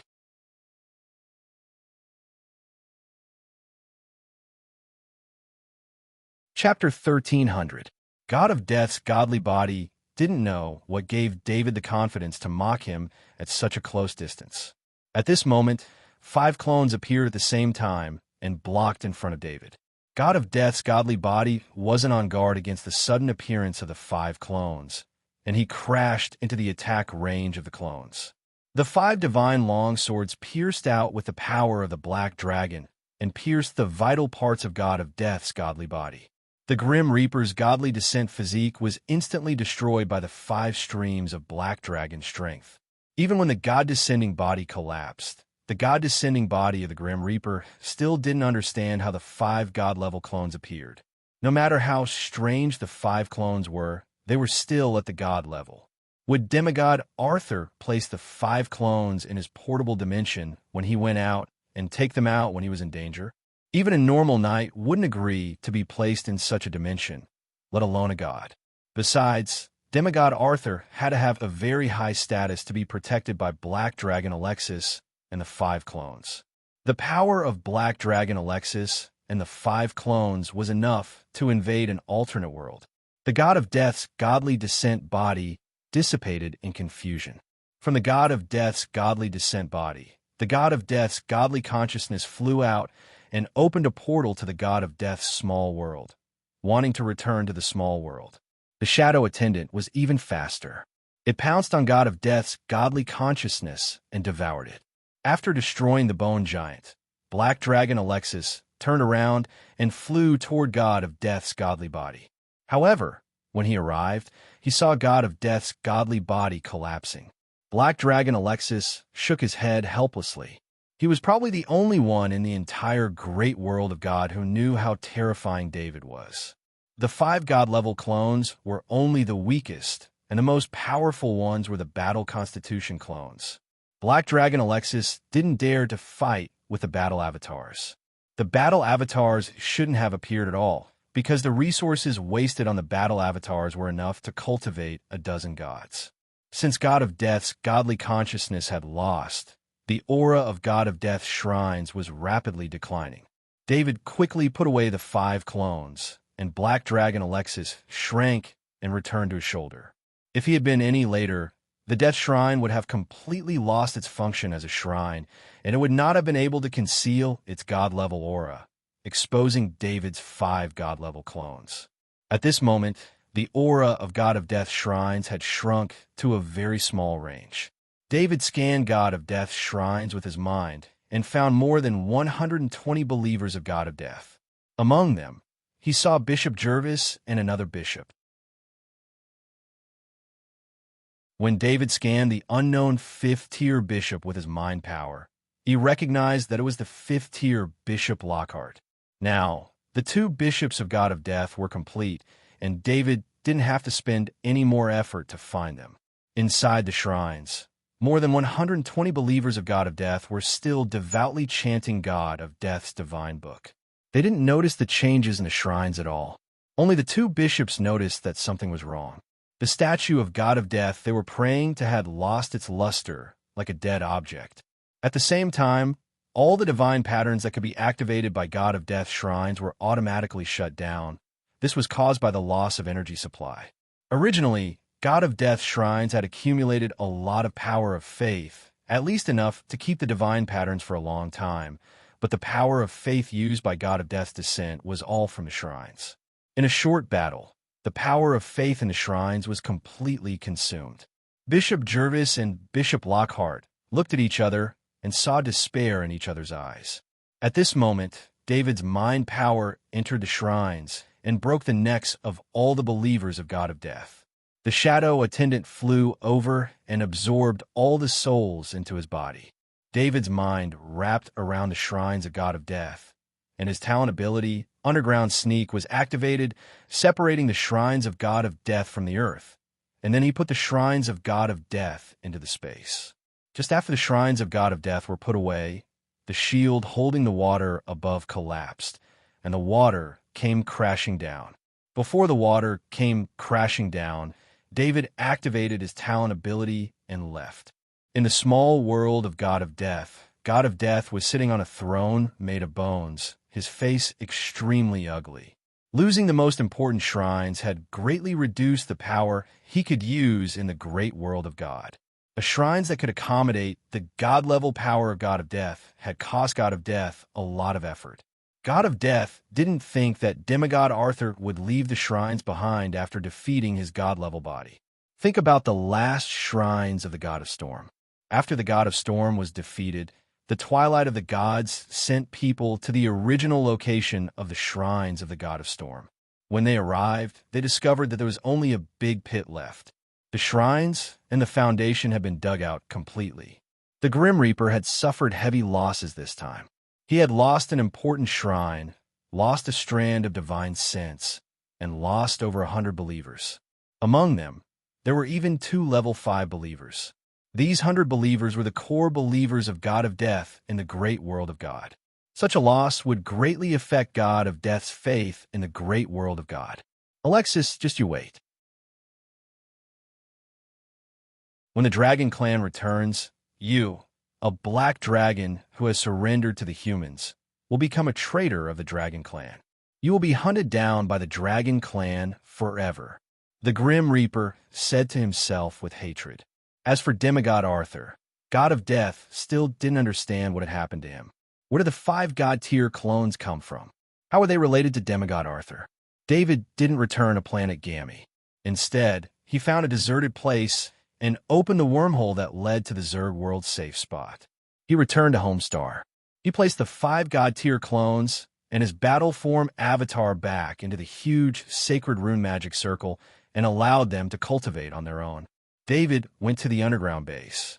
Recently, the cube's super artificial intelligence system didn't even use 1% of its computing power. This was because the cube's super artificial intelligence system research mission had ended. Its only mission was to command the robots to build Homestar. David released the Shrines of God of Death. He entered the Shrines Hall and came before the God of Death statue. The statue that had lost its divine sense stood in the center of the shrines. If this was the great world of God, even if the statue had lost its divine sense, it could still reach faith with the God of Death through the statue. However, the effect would be much worse. The statue was in the Zerg world and had no connection with the God of Death, so the statue was just like an ordinary statue. David transferred a level 5 soul avatar into the statue to replace the divine sense that had been lost. The level 5 soul avatar fused with the statue. The statue glowed, and he could sense the situation of the entire God of Death shrines through the statue. The God of Death shrines used materials that surpassed the shrines that David had obtained before. It was only slightly inferior to the space shrines. There were even more shrines inside the shrines. He also found a transparent skull-shaped divine gear in the underground altar of the shrines. The skull-shaped divine artifact, the altar, and the entire temple were one entity. There was a space inside the skull-shaped divine artifact, and within that space were 2 million skeletons. These skeletons were all doing the same thing, and that was praying. David did not know how the god of death did it. He did not know how the god of death had made the skeletons that had lost their lives produce faith. The eyes of the skeletons were shining with the light of the soul fire. Perhaps it was this special way of using the soul that made them produce faith. After seeing the skull-shaped divine gear, David finally understood why the god of death would descend to protect the shrines despite knowing that he could not protect the shrines. Originally, the shrines had a divine gear that could produce faith on its own. With such a divine gear, even if all the believers died, the god of death could still use the shrines to find new believers and pass on their faith. However, the skull-shaped divine gear was of little value to David. David did not change the appearance of the god of death shrines. They were his spoils of war. However, the god of death shrines could now be called destruction shrines. His eyes lit up. The destruction shrines could be placed in the Interstellar Federation. It did not need the support of faith to operate on its own. However, before that, David needed a hand over the destruction shrines to the Cube's super AI to extract all the knowledge and reverse engineer the new divine gear. After assigning tasks to the Cube's super artificial intelligence system, he left the underground base. Inside the hive, the Queen Mother, who was like a mountain of flesh, was transferring godly power to the 5 god-level Zergs. This was the Queen Mother sharing the godly power produced by the royal inheritance pattern to protect herself. During this time, the Queen Mother and the 5 god-level insectoids did their best. They found another 4 demigod insectoids, but this time they didn't choose the direct descendants of the 5 god-level insectoids. Instead, they chose the 4 most powerful demigod insectoids. Each of the demigod insectoids were close to 99% energized. These 4 demigod Zergs were all contacted by the Queen Mother. They did not go through the Zerg communication network. Other than the 6 god-level Zergs, no one else knew about this. This time, the godly power that the 4 demigod insectoids absorbed was also transmitted through the Queen Mother. She didn't lend out the royal inheritance rune. The main reason was that the Queen Mother and the 5 bug tribe god-level experts couldn't afford to lose. If they lost the inheritance rune, they would have nowhere else to go. Even if the Queen Mother and the 5 god-level Zergs wasted their godly power, and the 4 demigod Zergs reached 99% energized, none of the demigod Zergs could become god-level Zergs. This situation was very familiar to the 6 god-level Zergs. Due to the restrictions of the Zerg world, demigods could not become god-level Zergs. In other words, demigod Arthur, who had 8 Emperor-level inheritance runes, had used the Emperor-level inheritance runes to nurture a new god-level deity. The Queen Mother said in a low voice, "We have to talk to demigod Arthur. He has enough power to destroy us. Instead of waiting for death, why don't we take the initiative to negotiate with demigod Arthur?" Even the most intelligent Queen Mother in the Zerg world had no way to deal with demigod Arthur. The Sky Fire Illusionary Butterfly Emperor said helplessly, "But we don't even know where demigod Arthur is. We can't even negotiate with him." Recently, the 6 god-level Zergs had been living a long life. They had tried to cultivate god-level Zergs, but they had failed. They had been waiting for demigod Arthur to attack the hive. The location of the hive was no secret to demigod Arthur. Otherwise, he would not have been able to sneak in and steal the 5 royal inheritance patterns. However, after such a long time, demigod Arthur had not done anything. Instead, the 6 god-level Zergs had been restless. The Queen Mother said helplessly, "It's very difficult for us to find demigod Arthur, but it's very easy for demigod Arthur to find out about us. Let demigod Arthur contact us." The Queen Mother was talking about the secret plan that the few bug tribe god-level experts had come up with. They were preparing to nurture 5 bug tribe demigods into god-level experts. But in the process, demigod Arthur had stolen the 5 Emperor inheritance runes. Demigod Arthur knew about such a secret. As long as they spread the news that they wanted to contact demigod Arthur, They could just wait for demigod Arthur to contact them. This could not be helped. Demigod Arthur was too secretive. Until now, the Zergs had not found demigod Arthur's hiding place. I agree. I agree. I agree. The golden-winged beetle emperor, the extreme electric scorpion emperor, the ice silk emperor, the death chi worm emperor, and the sky fire illusionary butterfly emperor all agreed. It was obvious that demigod Arthur had the upper hand. If the Zergs wanted to continue existing in this world, they had to learn to compromise. For the sake of the Zerg survival, the Queen Mother and the 5-god-level Zergs wanted to know what demigod Arthur was planning so that they could make a plan according to demigod Arthur's plan. The Queen Mother sent the news to the Zerg's communication network and spread it through the various Zerg's territories. The message was that the Queen Mother wanted to contact demigod Arthur through the Zerg's communication network or the god-level rune circle. This god-spirit communication rune magic circle was a spoil of war from the bug race. However, only the queen of the bug race could use such a rune magic circle.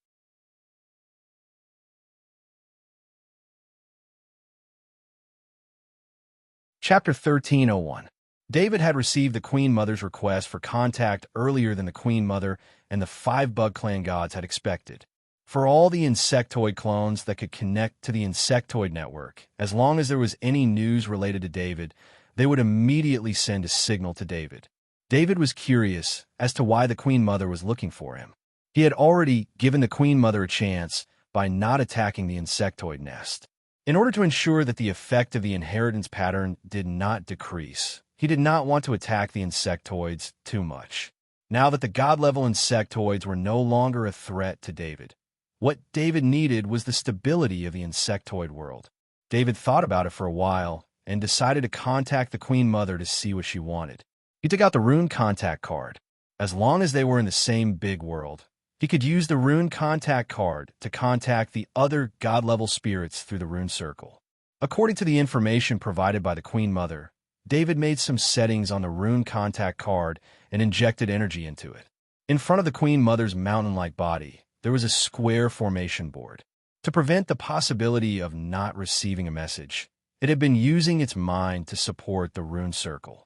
The rune circle flashed, and the Queen Mother was delighted. Aside from the demigod Arthur that it wanted to contact, there was no other life form in the insectoid world that could contact the rune circle. The Queen Mother's mind shielded its surroundings. It did not want the other god-level insectoids to know that it was talking to the demigod Arthur. Fortunately, the 5 god-level insectoids were not there. They were busy refining the godly power that they had absorbed into their bodies so that they could store more godly power. In the past, the goal of the god-level insectoids was to constantly strengthen themselves. As long as they had godly power, they would use it all to strengthen their godly body. However, it was different now. As the 6 god-level insectoids shared the same inheritance pattern, they could not squander their godly power like before. The 5 god-level insectoids were very clear about one thing.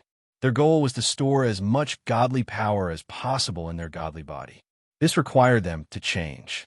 The insectoid god level did the simplest thing, which was to convert the godly power into something similar to a godly power crystal and store in the body. This way, the godly body could store even more godly power.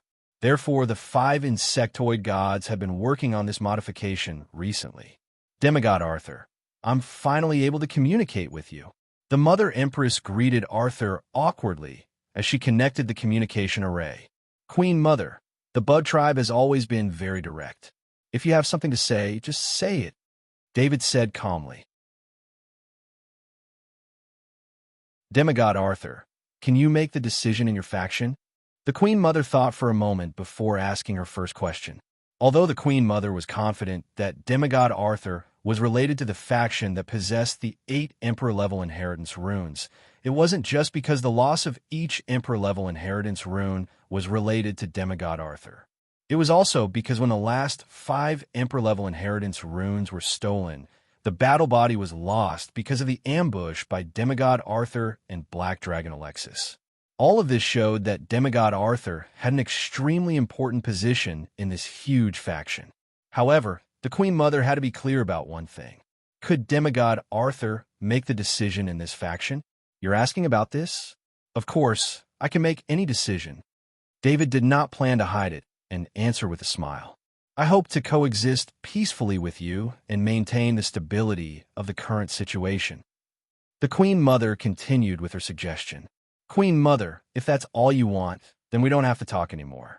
According to the insectoid's way of doing things, the strong should have the right to speak. I don't feel that from your suggestion. David replied calmly. The Queen Mother calmed down. Demigod Arthur did not immediately cut off the connection, which meant that demigod Arthur also wanted to coexist peacefully. Otherwise, he would not have continued the discussion. Demigod Arthur, I have a rough idea of the strength on your side. There should be 4 god-level demigods that relied on the Emperor-level inheritance runes. Also, you have my battle body and Black Dragon Alexis. I think this should be all of your combat power. The insectoids have 6 other god-level demigods, including me. In terms of strength, there shouldn't be much of a difference. I think there shouldn't be any problems with my suggestion. The Queen Mother analyzed. According to the Queen Mother's judgment, the insectoid world could at most allow 10 god-level demigods to successfully advance. They had tried before, but the insectoid demigods could not advance at all. This meant that the insectoid world's quota of 10 god-level demigods was full. The insectoids now had 6 god-level demigods, which meant that demigod Arthur's side only had 4.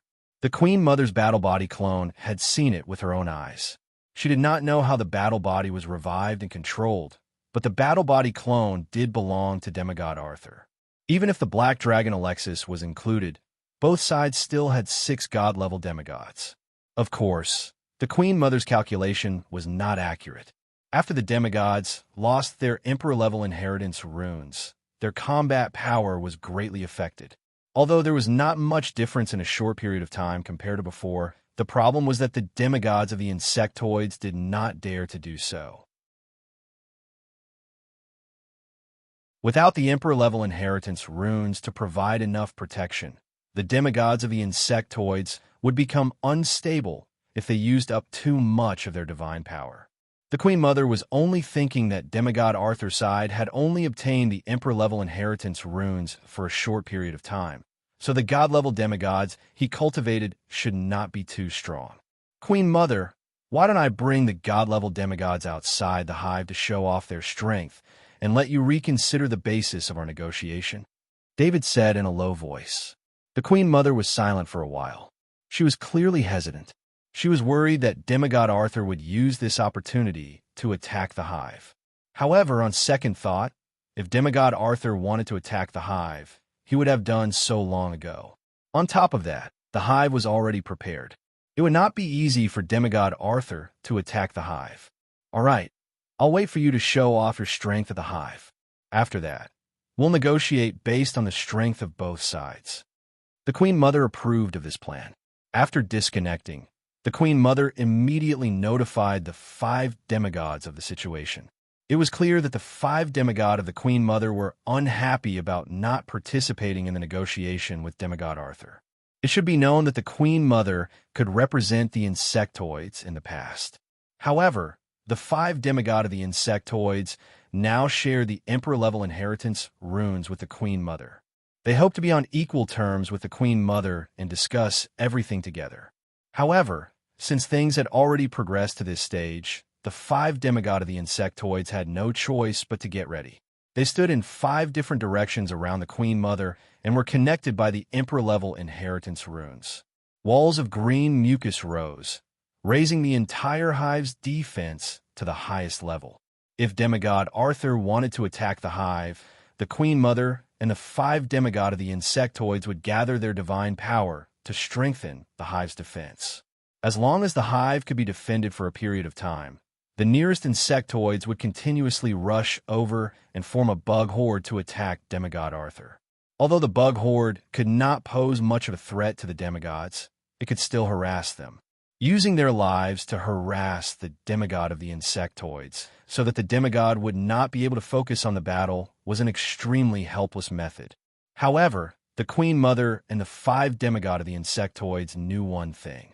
Demigod Arthur, who had obtained 8 Emperor-level inheritance runes, did not want the insectoids to suffer too many losses.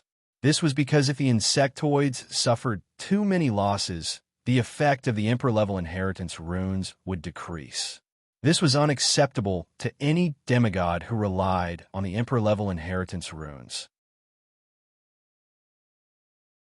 Just as the Queen Mother and the 5 demigod of the insectoids prepared their defenses, a portal appeared outside the hive. Following that, figures appeared outside the hive. The doppelganger of the Titan Golden Emperor, the doppelganger of the Blade Mantis Emperor, and the doppelganger of the demigod of the Spider Emperor appeared from the portal. The Queen Mother was shocked when she saw the 3 demigod doppelganger of the insectoids. The Queen Mother thought of her battle constitution. Judging from the aura of the 3 bug tribe god-level clones, there were the 3 bug tribe god-level clones that the bug tribe thought had died. She knew that the demigod Arthur had some sort of resurrection ability. Although resurrecting a demigod was too unbelievable, the truth was right in front of her eyes. The Queen Mother had no choice but to believe it. The 5 demigod of the insectoids were also looking at the familiar demigod. They had the same aura and the same shell. Perhaps they were only slightly stronger. This meant that the 3 demigod of the insectoids had sufficient training resources.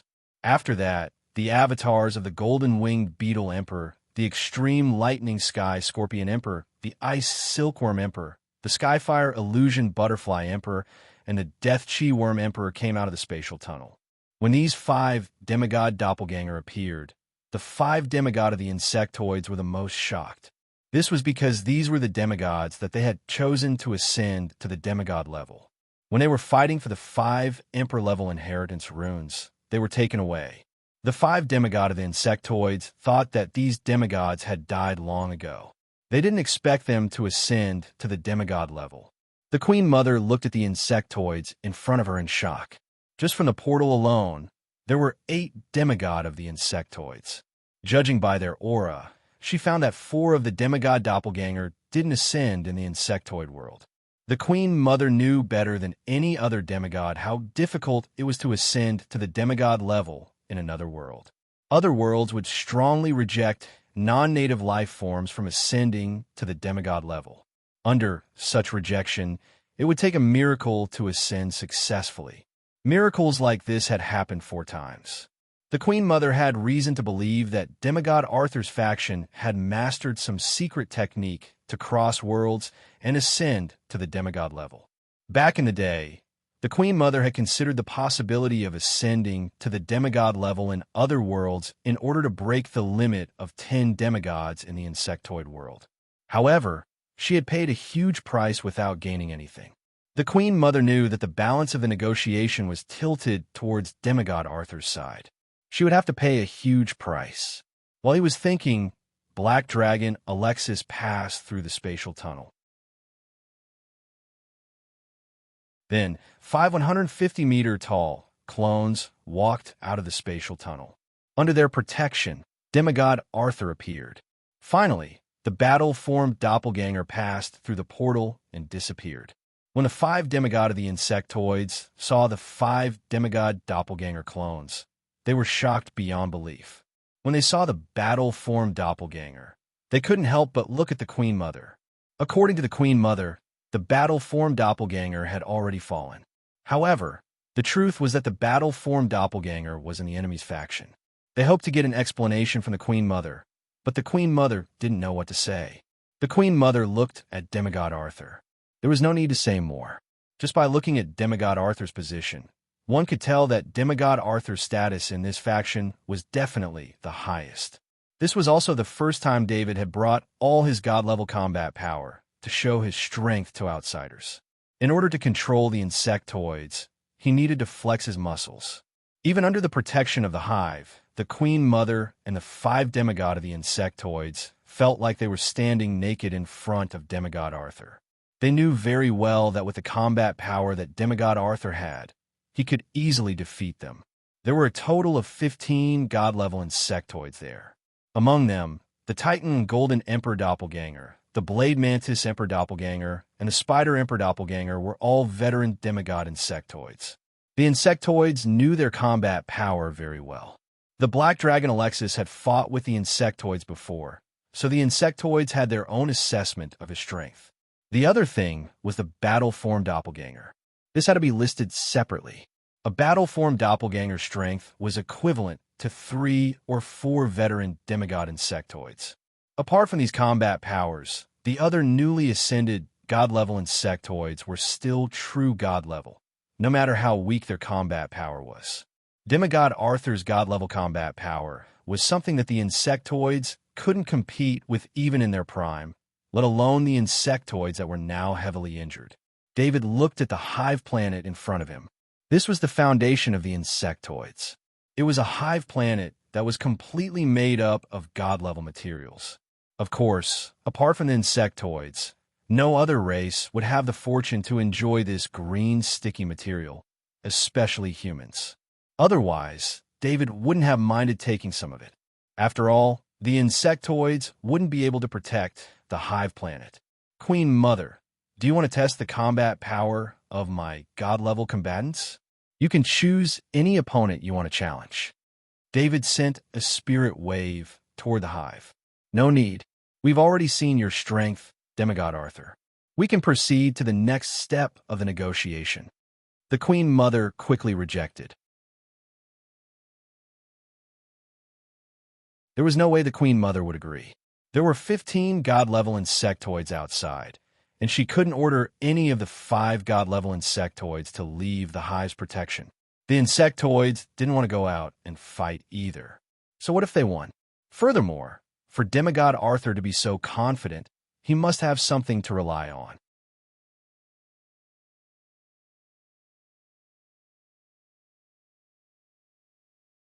Chapter 1302. Demigod Arthur, let's just talk, the Queen Mother helplessly said, understanding the current situation. Demigod Arthur had brought 15 god-rank experts with him. This was a show of strength, something that the insectoids often did. If they wanted to prevent the insectoids from being destroyed, they needed to negotiate, not fight. How should we negotiate? Should I negotiate with the insectoid hive? David looked at the insectoid hive and mentally replied. The Queen Mother also understood that this sort of negotiation without meeting was extremely disrespectful to demigod Arthur, who possessed such strength. Thus, the Queen Mother used her mind to create a mental clone that appeared outside the insectoid hive. Greetings, demigod Arthur. My original body is rather large, so it is inconvenient for me to meet you in person. My deepest apologies. The Queen Mother's mental clone was about the same size as David, and this was to make it easier for them to converse. After seeing David's strength, the Queen Mother began to use honorifics when addressing David, and her tone was very courteous. David couldn't help but be suspicious. It was said that the insectoid world was rude, but this Queen Mother didn't seem rude at all. The Queen Mother was the most unique existence among the insectoids. She was skilled in the mind, and perhaps if David had brought fewer god-rank experts, she might have had a chance to use her powerful mental ability to turn the tables. But it was clear that the strength that David had displayed was beyond the Queen Mother's imagination. She had no confidence in fighting against so many god-rank experts. Queen Mother, let's do as you said and distribute authority according to strength. How do you think we should distribute it? David asked with a smile. Demigod Arthur, if you have any suggestions regarding the distribution of power, we can discuss it after you raise them. The Queen Mother didn't voice her thoughts, and instead said this. The Queen Mother was being very careful. She did not dare to propose anything that would displease demigod Arthur, but she was also afraid that she would give up too much of the benefits. Thus, she had demigod Arthur propose something first, and then they could discuss it based on his suggestions. This way, it would be easier to reach an agreement. I don't want much. The 9 insectoid gods here must all have the authority that insectoid gods should have. In addition, I want Worcester's benefits to be distributed proportionally. David did not make any excessive demands and sternly stated his thoughts. The Queen Mother let out a long sigh of relief. She had been very worried that demigod Arthur would ask for too much and ask for too much. To be honest, demigod Arthur's requests were legitimate, and the Mother Queen could sense his goodwill. Although the Queen Mother knew demigod Arthur needed a stable bug tribe to provide sufficient faith power for his 8 imperial inheritance patterns, the Queen Mother knew demigod Arthur and Black Dragon Alexis did not have the aura of cultivating imperial inheritance patterns. At the very least, the power of faith from the inheritance rune didn't benefit demigod Arthur much. This made the Queen Mother unable to determine how much importance demigod Arthur placed on the stability of the insectoids. Thus, the Queen Mother considered that as long as demigod Arthur did not make any excessive demands and could maintain the peace of the insectoid race, she would accept them. As for the fact that demigod Arthur did not ask for all the gods to have the authority they should have in the insectoid world and only asked for 9 insectoid gods, this was already a major concession. Demigod Arthur, I will redistribute 15 territories in the insectoid world as soon as possible. Your insectoid gods will occupy 9 territories, and all the insectoids in those territories will be controlled by the 9 insectoid gods. I can help mediate this matter. The same goes for Worcester's benefits. We'll split it into 15 portions, and you'll take 9. All of this will be written into the contract. The Queen Mother did not raise any objections to David's suggestion. Okay, I hope we can get along peacefully in the future. David nodded with a smile. The Queen Mother was overjoyed, but she forcefully suppressed her emotions and mentally connected to the 5 insectoid gods, asking for their opinion. The 5 insectoid gods naturally had no objections. Demigod Arthur's suggestion was already excessive, and raising any more objections might have the opposite effect. With the support of the 5 god-level insectoids, the Queen Mother drafted a contract. This contract was made of god-level materials, and even the ink used was god-level blood. Demigod Arthur, please take a look at the contents of the contract. The Queen Mother mentally drew up a contract and handed it to David. David took the contract. It recorded the 2 points he had just raised, and it clearly stated that the Queen Mother should do her best to help the 9 insectoid gods control the insectoids' territories. In truth, David had no intention of occupying the insectoid world. If not for the effects of the inheritance rune, he wouldn't even want to build a cultivation planet in the insectoid world. In order to completely control the insectoids, the only way was to control the Queen Mother. The Queen Mother could directly command all the insectoids. In a sense, the Queen Mother was the true controller of the insectoids. David had no interest in trying to control the Queen Mother. If things went wrong and the Queen Mother died, the insectoid world would very likely go out of control. This was something David could not accept. Therefore, David did not need to control the Queen Mother. He only needed the Queen Mother to continue managing the insectoids. After all, as long as the contract was signed, the Queen Mother would have to abide by the contract and work hard to manage the insectoids. I agree to this contract, David said in a deep voice after carefully looking at the contents of the contract and letting the Black Dragon Alexis do the same. After making sure there were no problems with the contents of the contract, he spoke in a deep voice. A contract of this level definitely required special attention. David knew how terrifying the will of the large world was. If he went against the contract, he would be making an enemy of the will of the large world. At least, David had no intention of making an enemy of the will of the large world. Then let's sign this contract, the Queen Mother quickly said. The Queen Mother's main body sent out a spirit imprint and imprinted it on the contract. Then, the 5 god ranks also imprinted their own spirit imprints on the contract. David used his spirit to imprint his spirit imprint on the contract. The contract suddenly shone brightly and disappeared in the light. At the same time, David and the Queen Mother both sensed the terrifying will of the large world appear and then disappear. This contract was approved by the will of the large world of the insectoid world. However, the Queen Mother was very strange. Originally, the condition for this contract to be established was that all the god ranks involved had to leave their spirit imprints. However, why did the demigod Arthur's spirit imprint automatically take effect? Thinking of this, The Queen Mother's heart could not help but tremble. She thought of a possibility, which was that all the insectoid god ranks were subordinates of the demigod Arthur. They were completely controlled by the demigod Arthur, which was why the demigod Arthur had signed the contract on behalf of all the insectoid god ranks.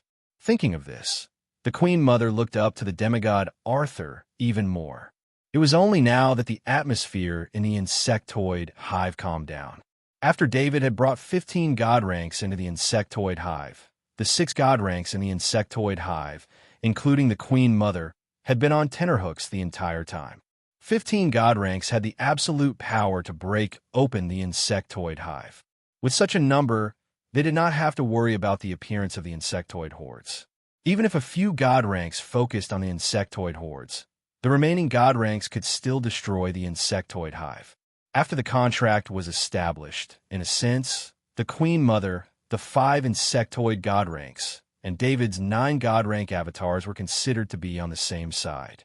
The first thing the Queen Mother did after the contract was to add the demigod Arthur into the insectoid communication network. This would make it easier for the demigod Arthur to communicate with it.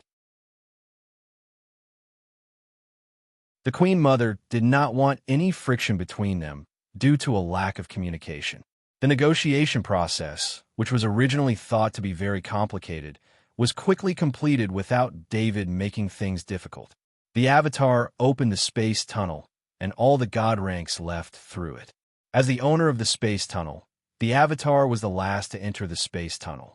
After the demigod Arthur left, the Queen Mother said to the 5 insectoid god ranks, who were relieved, "The 5 of you need to shrink your territory. We can't do anything about it. That would be suicidal." The Queen Mother wanted them to abide by the contract 100%. They could not go against the contract at all. That would give the demigod Arthur a reason to attack. It's fine if the territory shrinks. It's better than being unable to return to our territory. The Sky Fire Fantasy Butterfly Emperor said helplessly. If the territory shrank, the corresponding benefits and power would be reduced. They had all thought of this before the negotiation. The other 4 insectoid god ranks also expressed their support for the Queen Mother. Being able to reach such a contract was already beyond their expectations. The Queen Mother was indeed worried that the demigod Arthur would complain about the territory, so she sent the new territory plan to David through the insectoid communication network the next day. In the new territory plan, the Queen Mother did not leave all the good territories to her 6 god ranks. Instead, she divided them equally. The Queen Mother contacted David and said, "Demigod Arthur, take a look at this territory plan and see if you have any comments. If you don't, I'll announce it." "Queen Mother, I want this area." David marked a star region that was not too big on the Bug Tribe star map and made a request. The Queen Mother took a look and saw that it was originally part of the golden-winged beetle emperor's territory. However, the golden-winged beetle emperor would not offend the demigod Arthur for such a small territory. The Queen Mother asked apologetically, "This is my mistake. I should have prepared a territory for you as well. I'm just not sure if this is too small. Would you like the territory to be bigger?" The star field that David had marked out was at most the size of a demigod's territory. It was indeed an insignificant star field to any god rank. David did not ask for anything else and said directly, "It doesn't need to be too big. Here it is. Just make the changes and announce it." David wanted a star field for the home planet. The Queen Mother had assigned the home planet to the golden-winged beetle emperor, so of course, that would not work. David was not interested in moving the home planet. He had already built half of it. No matter how bad the environment was, it was nothing to him. He would only need some time to transform the home planet into the most beautiful planet in the insectoid world. Of course, the other and most important point was that other than this planet that had no living conditions and resources, the other planets that could live on the insectoids from the sky to the surface to the ground were all filled with insectoids. If he wanted to transform a planet like that, he would not only miss the step of rebuilding the atmosphere, but also the step of cleaning up the insectoids. That would be a lot of work. With the insectoids' reproductive ability, it would not be easy to completely clean up an entire planet of insectoids. As long as one insectoid egg was left behind, the insectoids would be able to take over the planet again. The Queen Mother used a special soul connection to announce the new way of distributing territories to all the insectoids. Furthermore, every insectoid god rank had the ability to control all the insectoids in their territory. Take the Battle Avatar, for example. The Battle Avatar was given a star field that was made up of hundreds of planets. In the Battle Avatar's insectoid communication network, there was a separate group that allowed the Battle Avatar to send orders to all the insectoids in its territory at any time. As long as the insectoids were in the Battle Avatar's territory, they would have to carry out the order after receiving it. Even if they were asked to die, they would still do it. David also received a separate group in the insectoid communication network. It was a group of all the insectoids in the star field with the home planet as the center. David was a human, so he could use this method to order the insectoids in his territory to do things for him. This was probably the first time the insectoids in the insectoid world had listened to a human's orders. This was all thanks to the Queen Mother, who controlled everything in the insectoid world. Of course, the 9 insectoid god ranks on David's side did not need to head to their own territories, nor did they need to manage the operations of their territories. The insectoids in their territories would manage them. If anything happened to the 9 insectoid god ranks, they could communicate through the insectoid communication network. It would not affect the cultivation of the 9 insectoid god rank clones on the home planet. 10 days later, the 9 insectoid god rank clones' resources were sent over by the insectoids with spatial abilities. This was Worcester's income from the previous month. What David did not expect was that he would also get a share of the resources sent over by the insectoids with spatial abilities. The insectoids' income from the War Star was not divided into 15 portions, but 16. As a human, David took a share of the Worcester's income. This was naturally the Queen Mother and the 5 insectoid god ranks trying to get on David's good side. In any case, it was fine as long as they agreed. Presumably, the 9 insectoid god rank clones on David's side would not oppose this. Although David did not think much of the Worcester's resources, he was still very satisfied with the Queen Mother's attitude. This was a good start. After the insectoid world's territory was redistributed, everything returned to normal. Aside from a few demigod insectoids who knew some inside information, the rest of the insectoids did not know that the insectoid world had undergone a huge change.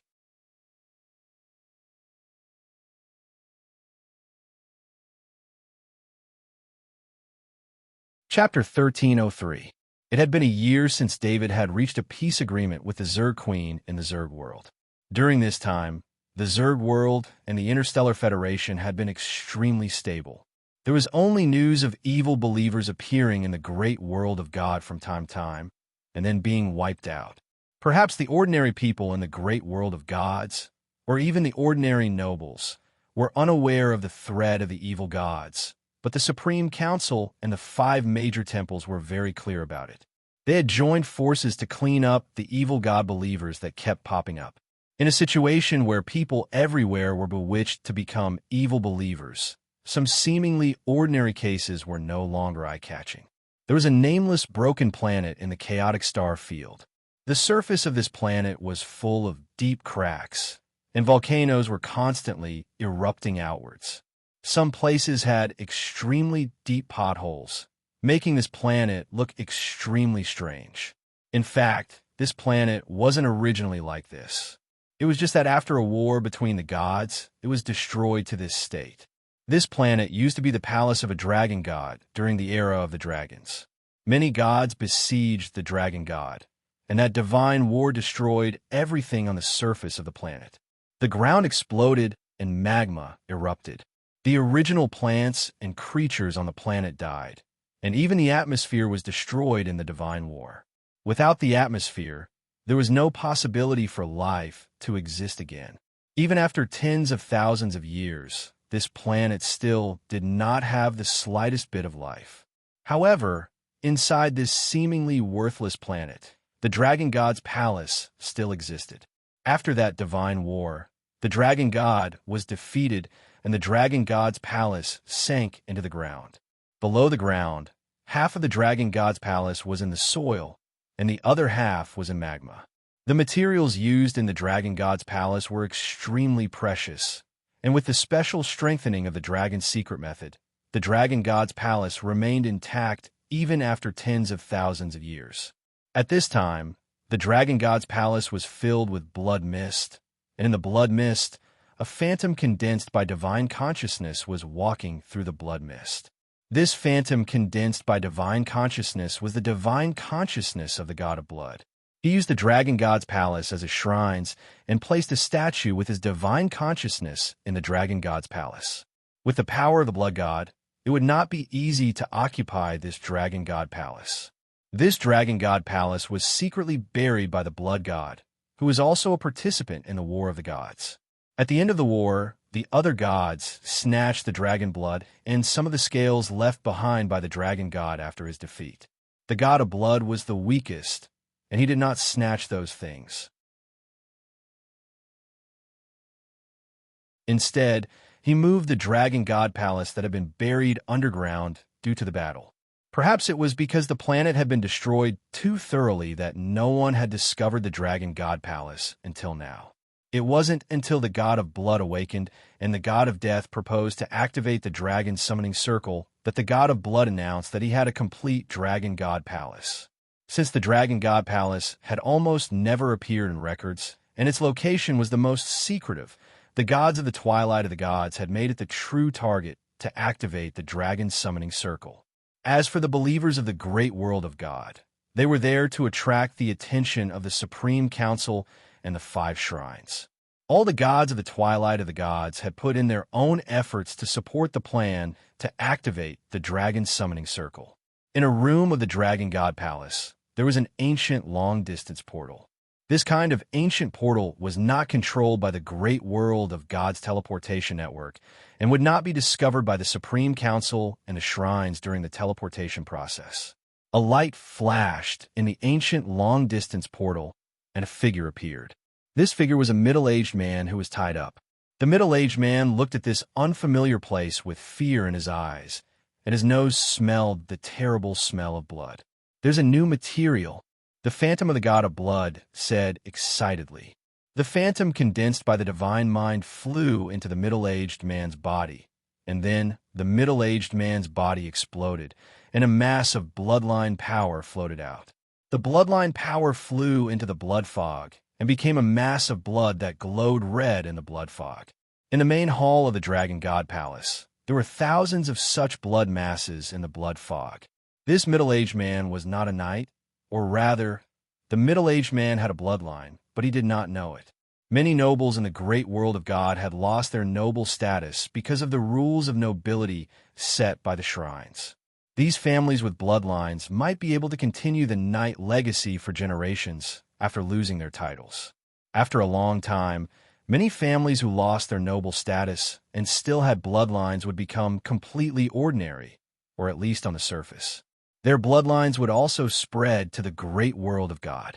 Without resources and knight legacy, many people with bloodlines in the great world of God did not even know about the glory of their families in the past, let alone that they had bloodlines.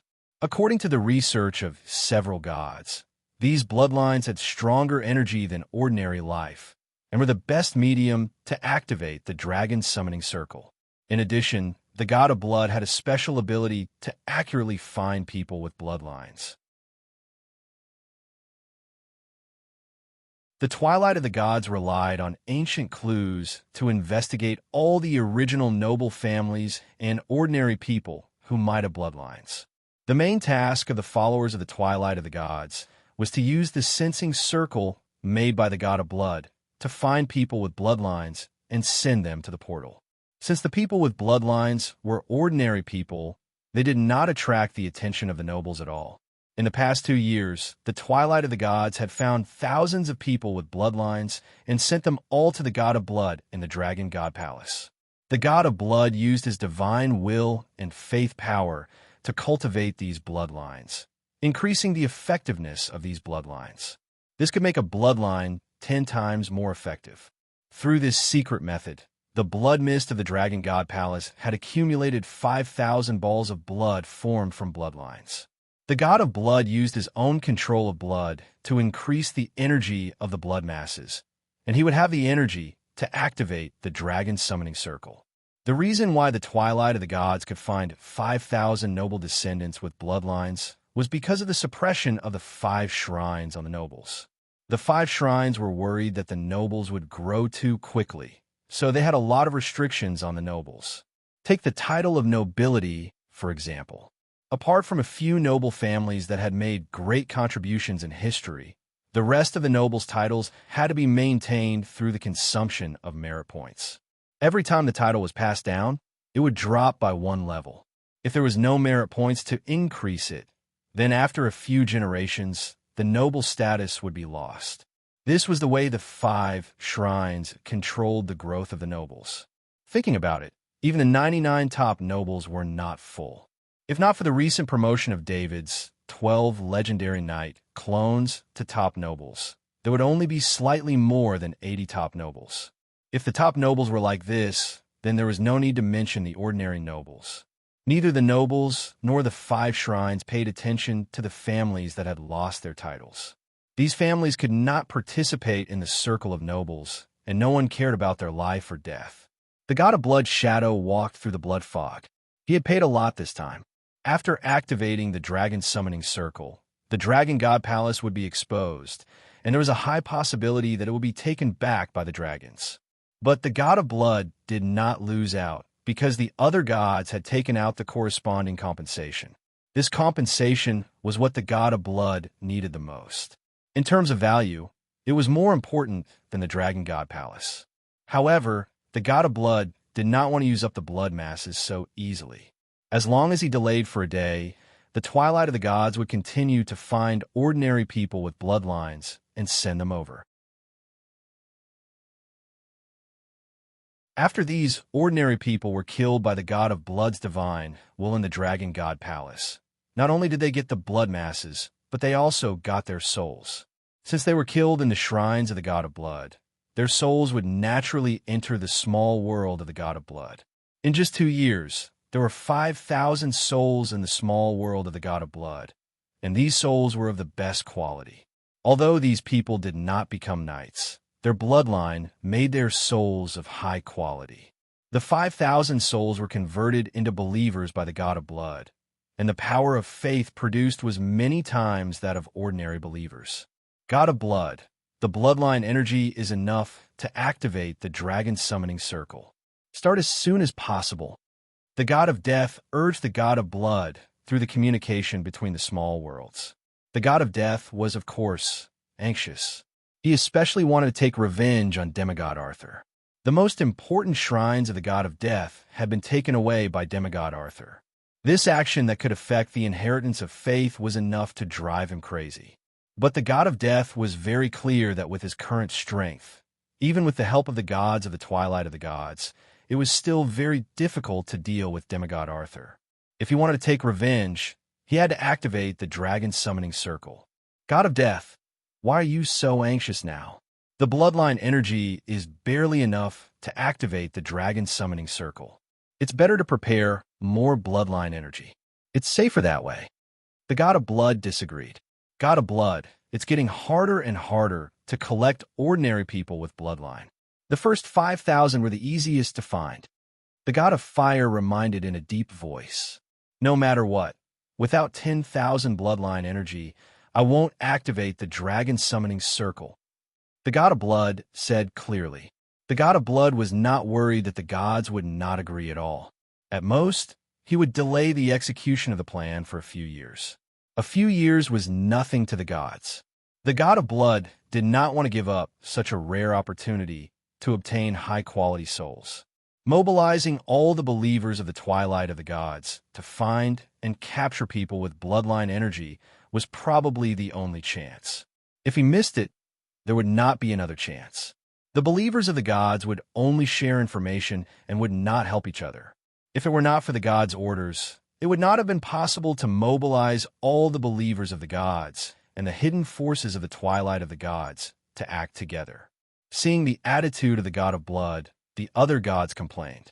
Although the god of blood had contributed the most in activating the dragon summoning circle, the other gods had also contributed a lot. But the god of blood was too greedy. Every single god could tell what the god of blood was thinking. It was no secret that a soul with a bloodline was of better quality than an ordinary soul. The god of death looked at the god of blood, and his eyes flashed. It was obvious that he did not want to wait. The god of blood was very proud. After this meeting, he would receive a few people with bloodline energy every day. It was obvious that the other gods wanted to reach 10,000 bloodline energy as soon as possible. The god of blood did not care about what the other gods thought. Once the dragon summoning circle was activated, there was a high possibility that he would need to rely on the power of faith generated in the small world to maintain his needs for a long time. The return of the dragons to the great world of God would bring about a long and drawn-out war. During the chaotic period of the gods' war, the god of blood could only secretly take advantage of some believers and hide in the small world. Only when the dragons and the 5 gods suffered heavy losses or one side won a Pyrrhic victory would the twilight of the gods begin. At that time, the other gods would also need the support of the power of faith. The more power of faith he prepared now, the more chances there would be. While the god of blood was thinking, the ancient long-distance portal was activated again, and a figure was sent over. The god of blood was stunned. This figure did not have the presence of the origin of bloodline energy. The god of blood's strongest ability was to sense everything related to blood. Although the bloodline was special, it was still an extension of blood. Naturally, it could not escape the god of blood senses. This figure did not even have blood in his body. There was not even a trace of blood energy. At this time, the figure threw away the clothes on his body, revealing his skeleton. A faint soul fire shone in the skeleton's eyes. The god of blood asked in a deep voice, "Death god, what are you doing here?" At this time, the god of blood's consciousness recognized who it was. This was the death god's skeleton puppet. It carried a strand of the death god's consciousness. The god of blood was ready to attack.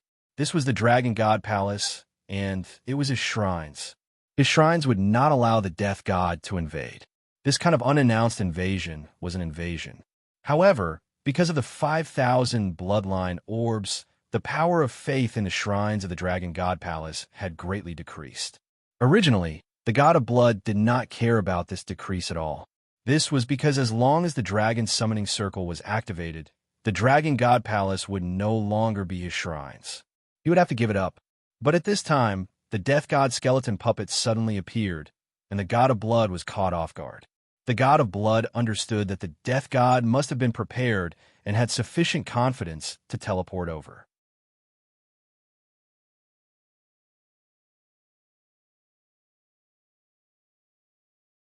Chapter 1304. Blood God. It's still not too late to activate the giant dragon summoning circle. Otherwise, I'll do it myself. The Grim Reaper said through the skeleton puppet. The Grim Reaper was also good at scheming. He had already calculated the strength that the god of blood could use in the dragon god palace. He sent the skeleton puppet over to immediately activate the giant dragon summoning circle. When the Grim Reaper skeleton puppet spoke, it revealed its own aura. It was actually a demigod skeleton puppet. The blood god's heart skipped a beat when he sensed the presence of the demigod skeleton puppet. Among the 10 or so deities in the twilight of the gods, the Grim Reaper was recognized as the most powerful one. However, the blood god didn't expect the Grim Reaper to send out a demigod so casually. Even if the blood god didn't use the power of faith to cultivate the 5,000 bloodline orbs, he could only reach the legendary rank after using God's descent. The Grim Reaper didn't have many demigod skeleton puppets.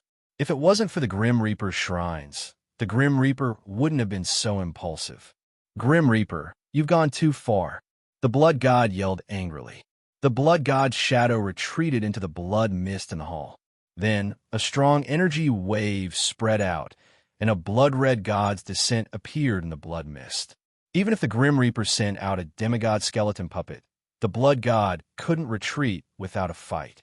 If he retreated without a fight, he wouldn't be able to survive in the god's dusk anymore. How could he tolerate being bullied by the Grim Reaper? Besides, this was the shrines of the blood god, and there was a blood mist that had been set up beforehand. It was hard to say who would win. The Grim Reaper's consciousness controlled the demigod skeleton puppet. It wasn't afraid of the blood mist and walked out of the ancient long-distance portal into the hall. The demigod skeleton puppet allowed the blood mist to envelop itself. The blood god also realized that the blood mist had almost no effect on the demigod skeleton puppet.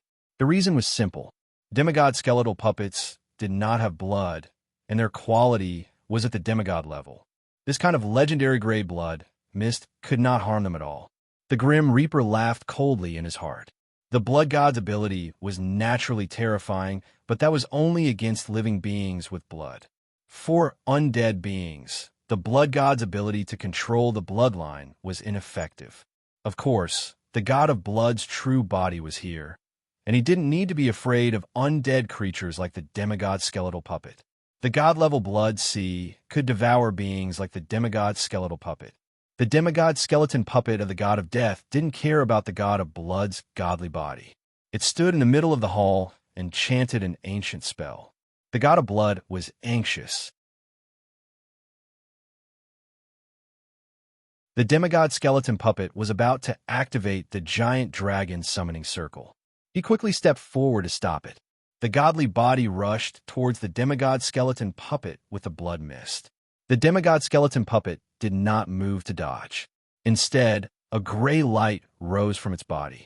Before the god of blood's godly body could get close to the demigod skeleton puppet, the blood mist that came into contact with the light began to dissipate.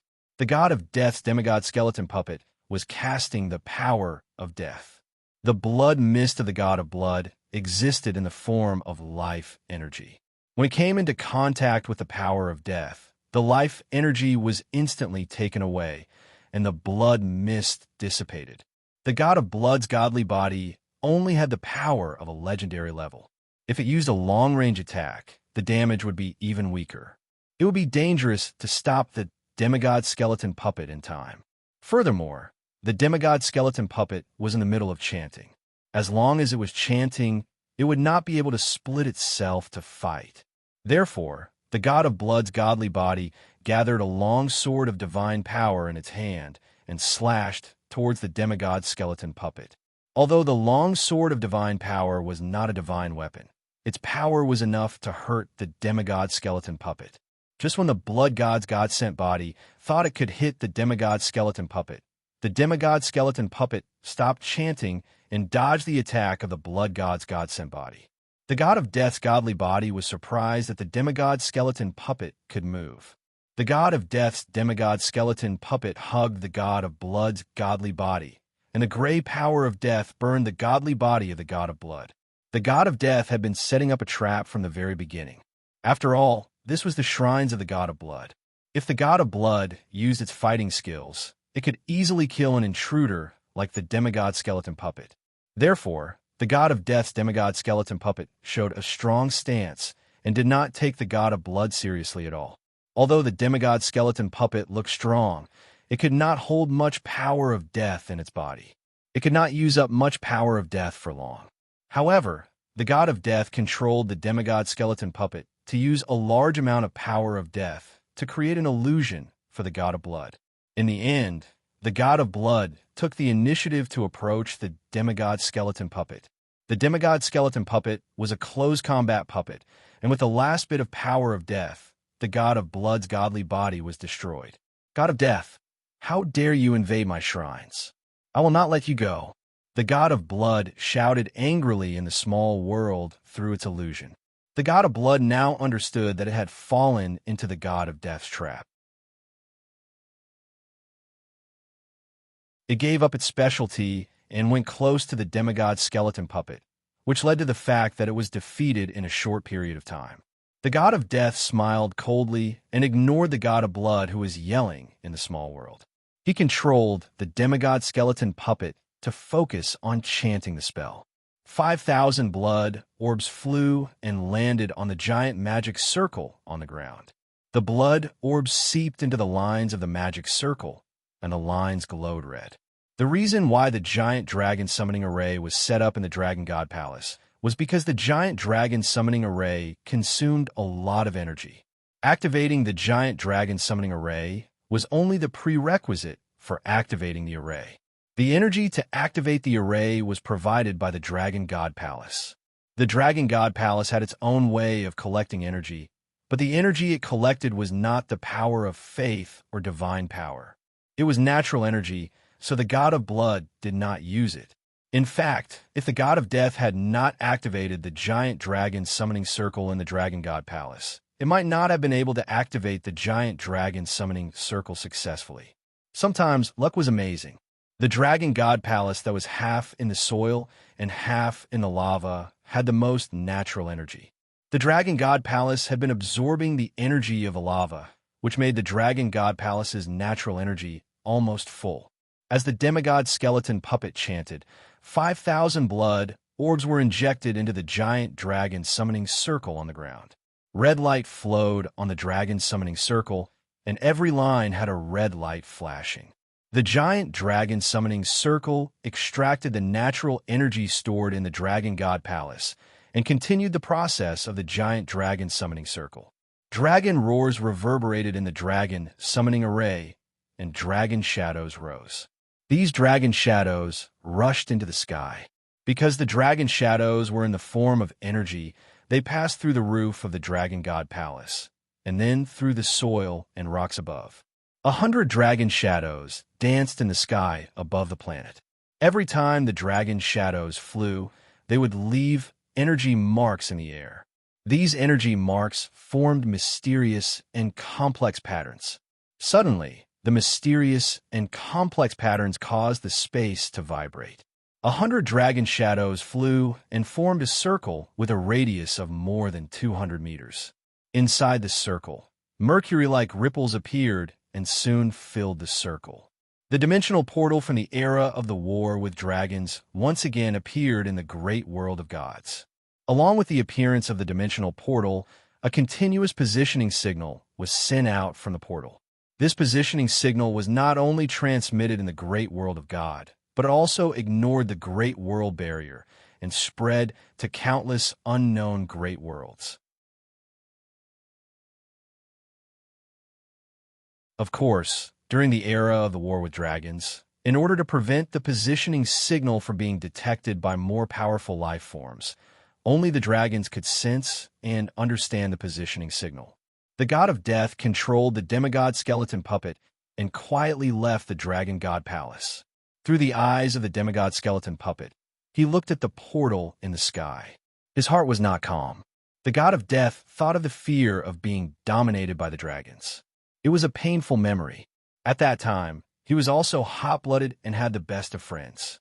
However, all of this was destroyed by the dragons, including his last bit of humanity. Since then, he had no true feelings. Only chaos can I survive. The god of death seemed to be talking to himself, but also seemed to be explaining to himself. In the darkness, the silver dragon's body was very eye-catching. In such an environment, it was like a super bright light. If one looked closely, they would find that the silver dragon's originally beautiful scales were covered with dense marks. With the strength of the silver dragon's scales, it was not easy to leave marks on them, let alone so many marks.